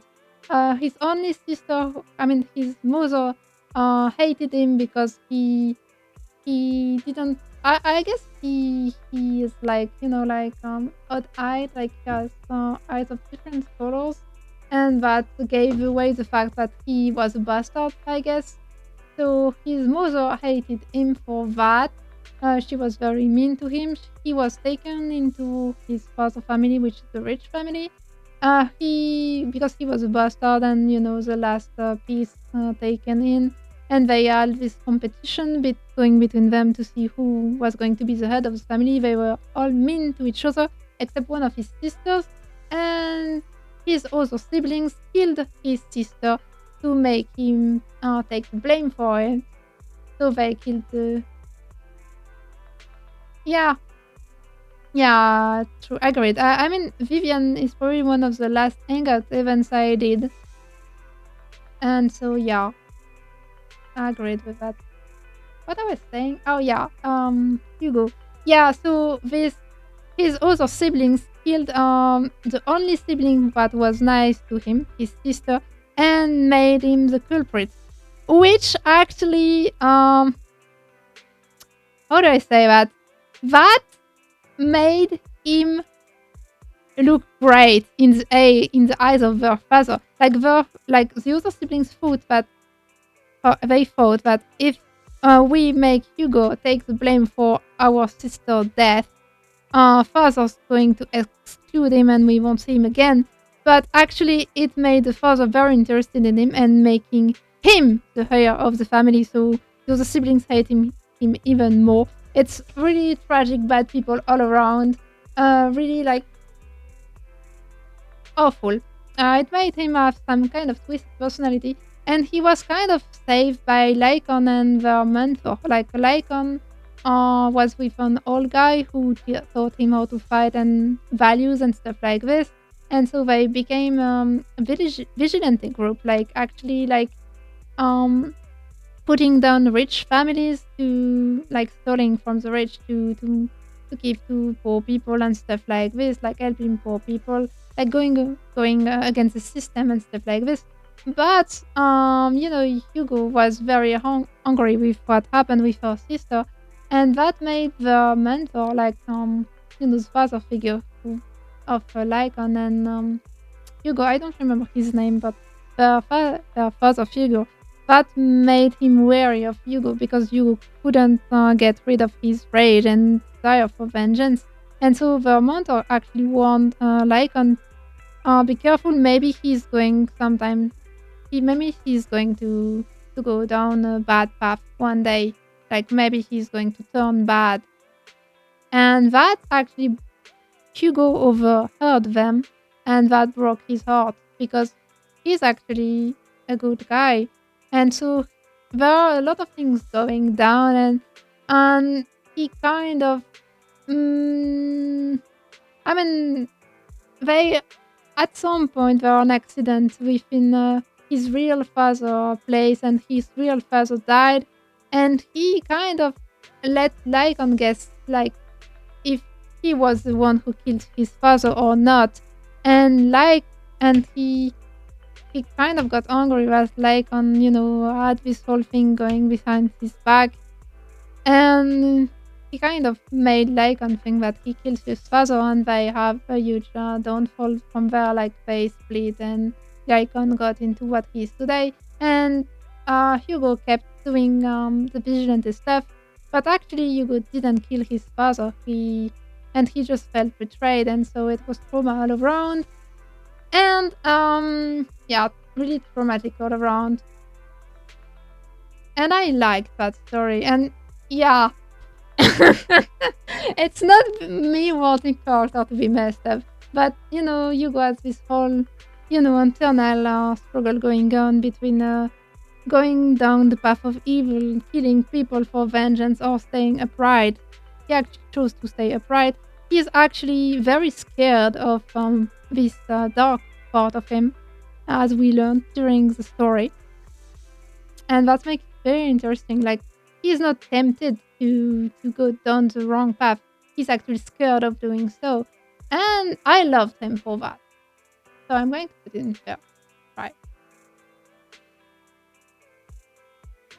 Now, I am going to go a bit faster with the last quarter we have because it's been 4 hours already. And I don't want this to drag for too long. But yeah, Pan Yi-Hu, I think it's Pan Yi-Hu. We don't know much about him. Yeah, that's a panda. After the beer, we have a panda now. He's actually pretty chill dude. He likes to he has some funny sides. Like he likes to, you know, get sales, like buy things in bucks, but too much.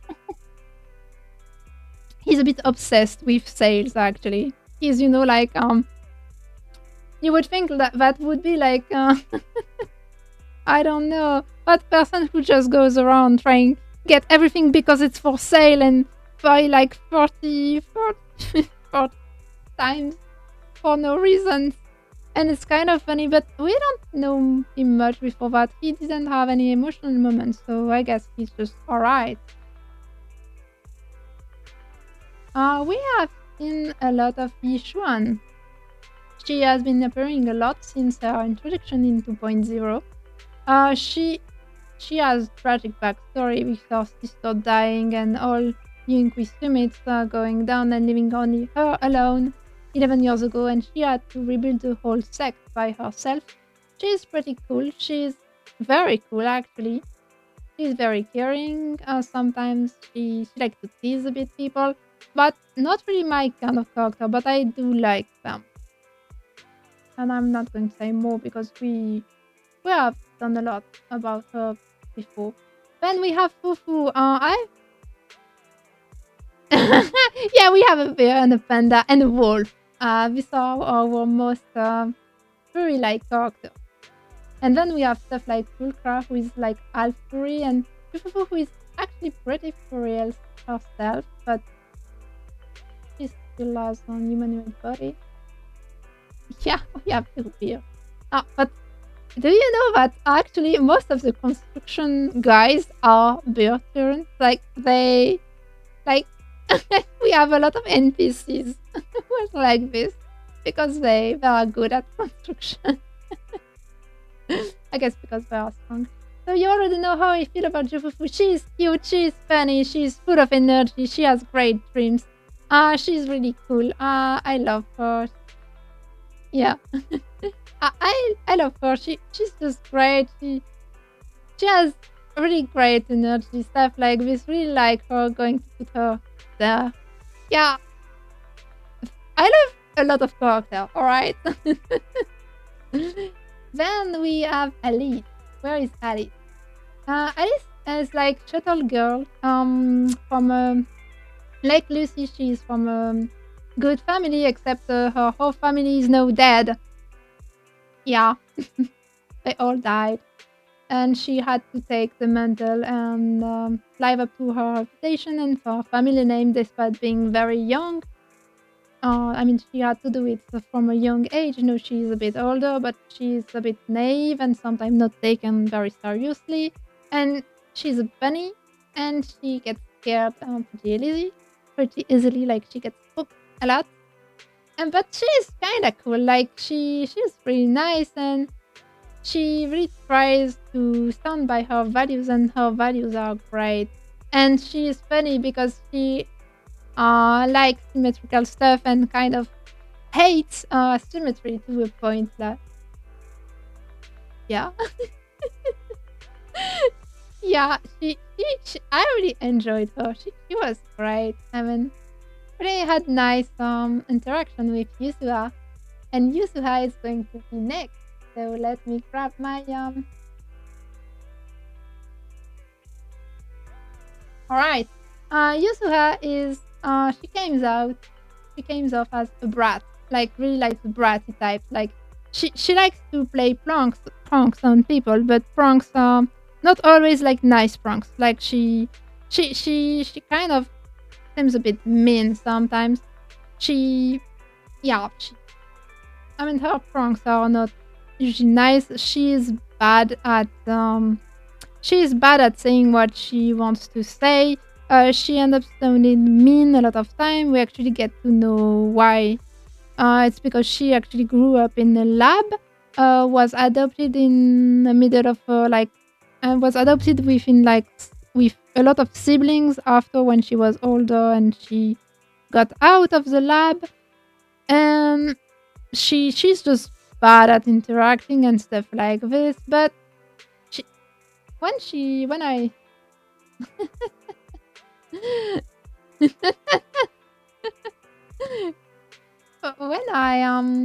when I first saw her, I kind of disliked her. Like she was just being so mean to Alice and stuff like this. But deep down, she's actually a pretty caring person, and she's just being very defensive. Like she can't trust people because she had such a bad upbringing, that she really can't trust people. But when she starts to trust them, she actually, instead of being like the bratty, mean prank girl, she just become a bit like mischievous, but in a fun way, and she's actually pretty nice. This is a personality tier list, all right? And I have made a disclaimer. If you are talking about Vivian, I have made a disclaimer. I can't deal with Vivian because she crosses the line as a fan for me.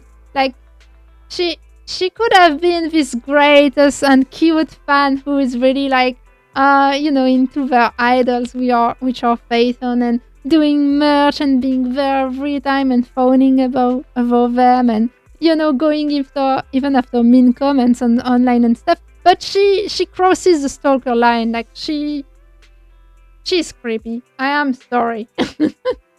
All right, so Yuzua.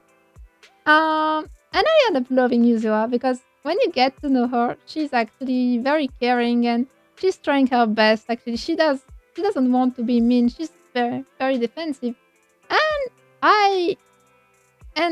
also her mean comment actually become like great friend banter when you get to know her. So I really like her. I think I'm going to prefer her. Look. And yeah. Then we have Manitou, I guess. Where's my Manitou?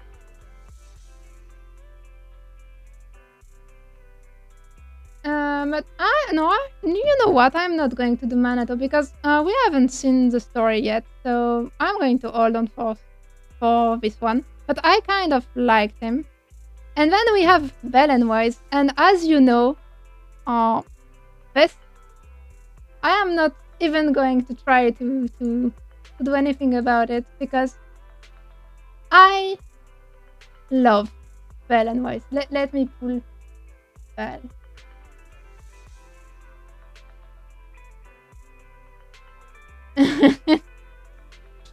Yeah, but I mean, Yishuan did save them in 2.1 story. But yeah, I am not going to. I mean, if you have been on my stream for like more than 15 minutes, you guys know that I am absolutely fond of Belle and Wise. I love them. Yeah, but I mean, I how can I judge Yidari if we haven't seen her in the game? This is not a visual tier list. This is not a gameplay tier list. This is a personality tier list. I don't know her. I know nothing about her. I can't tell you if I like her or not because I've not met her. I mean, if you guys want to, I could do a tier list based on visual appearance another day because it's kind of getting late for me right now. So I'm going to this free. I'm going to wait until we know more about it. But yeah, I mean, Bell and Wise. If you have been on this stream for, don't take it. No.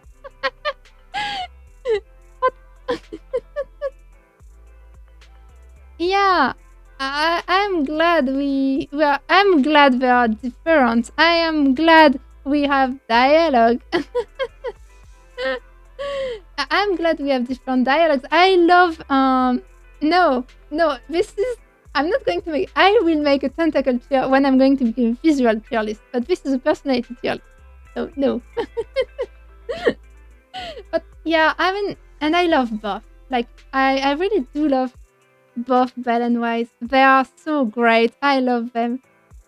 No, I'm sorry. This will wait.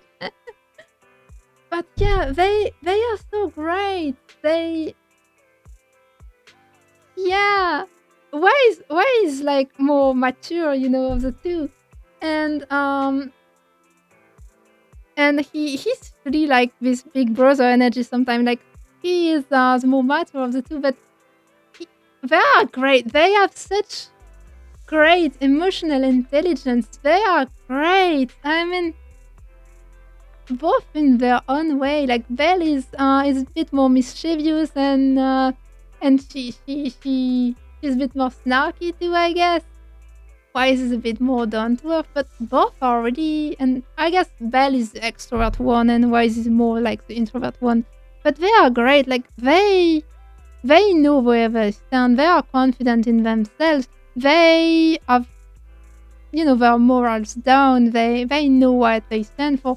They trust each other so much, and they notice stuff. Like they notice when people are sad. They notice when something is wrong. They are so good at this, and I love them. And yeah, no tentacles here for you because this is personality. Uh, this is my personality tier list, and I think this is on what I am going to leave you today. No, I don't hate my viewers. You guys are great. I like having you here. Like, thank you so much for watching. But I stand by what I say, and this is my personality tier list. And tentacles are not a personality. But if I do end up loving like their personality, I will go rogue. Honestly, like it's going to be a mess, and it's going to be yeah. Yeah, I heard that Genshin MCs are pretty blonde, like almost like blonde characters. I heard about that. Haven't played Genshin. Might do one day. But first I am going to see I didn't damn, I didn't mean it that way. Oh damn.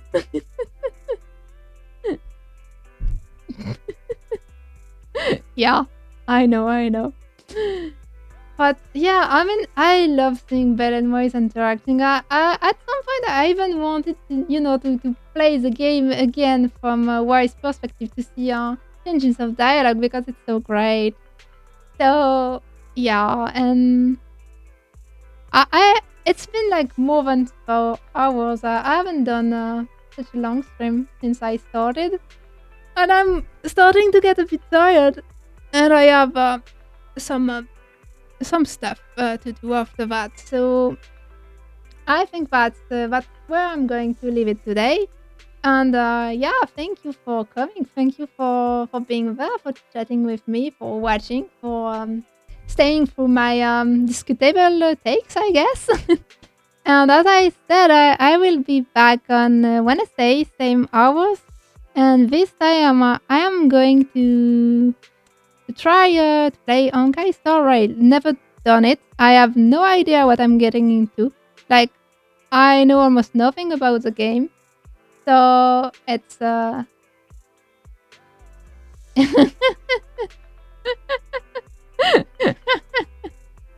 damn. Yeah. Yeah, I mean if I'm going to try to figure out things by myself, but if I do need help, I will ask you like directly. Yeah, you can ask a quick question. Previous point enters. I am very curious about Lady Sunbringer. She's I mean visually she's the one that struck the most. But the one I'm most curious about is the Elias Academy professor who just went into the hollow like it was normal and didn't come back. These two. But yeah, Lady Sunbringer design awesome. And yeah, thank you, Groovy. Really, like, if I do need help, I will ask you. Like, I'm going to try to figure out things by myself, but I will ask you if there's something I don't know. And yeah, I mean, and yeah, Viking, you have pretty much like figures. What kind of character I like? I mean, I do have a type, I know. And yeah, I love how Belle and Astra, even they are not like I think yeah, why is this the biggest Astra Yao fan it's done? I have never played on Keyford, but design is great. Yeah. So yeah, I think that's it for today, guys. I am going to end the stream like all right now. I hope you had a great time. I had a great time. It was fun. Thank you for watching. Thank you for coming. I really do appreciate that. It's really fun to have you there. So thank you. And if you want to come, I will be back. I said sorry. All right. But if you want to come back to watch me, I'll be there. Thank you. I'll be there like Wednesday. So yeah, have a nice day or afternoon, evening. I don't know what's there. And yeah, see you next time if you want to. Bye.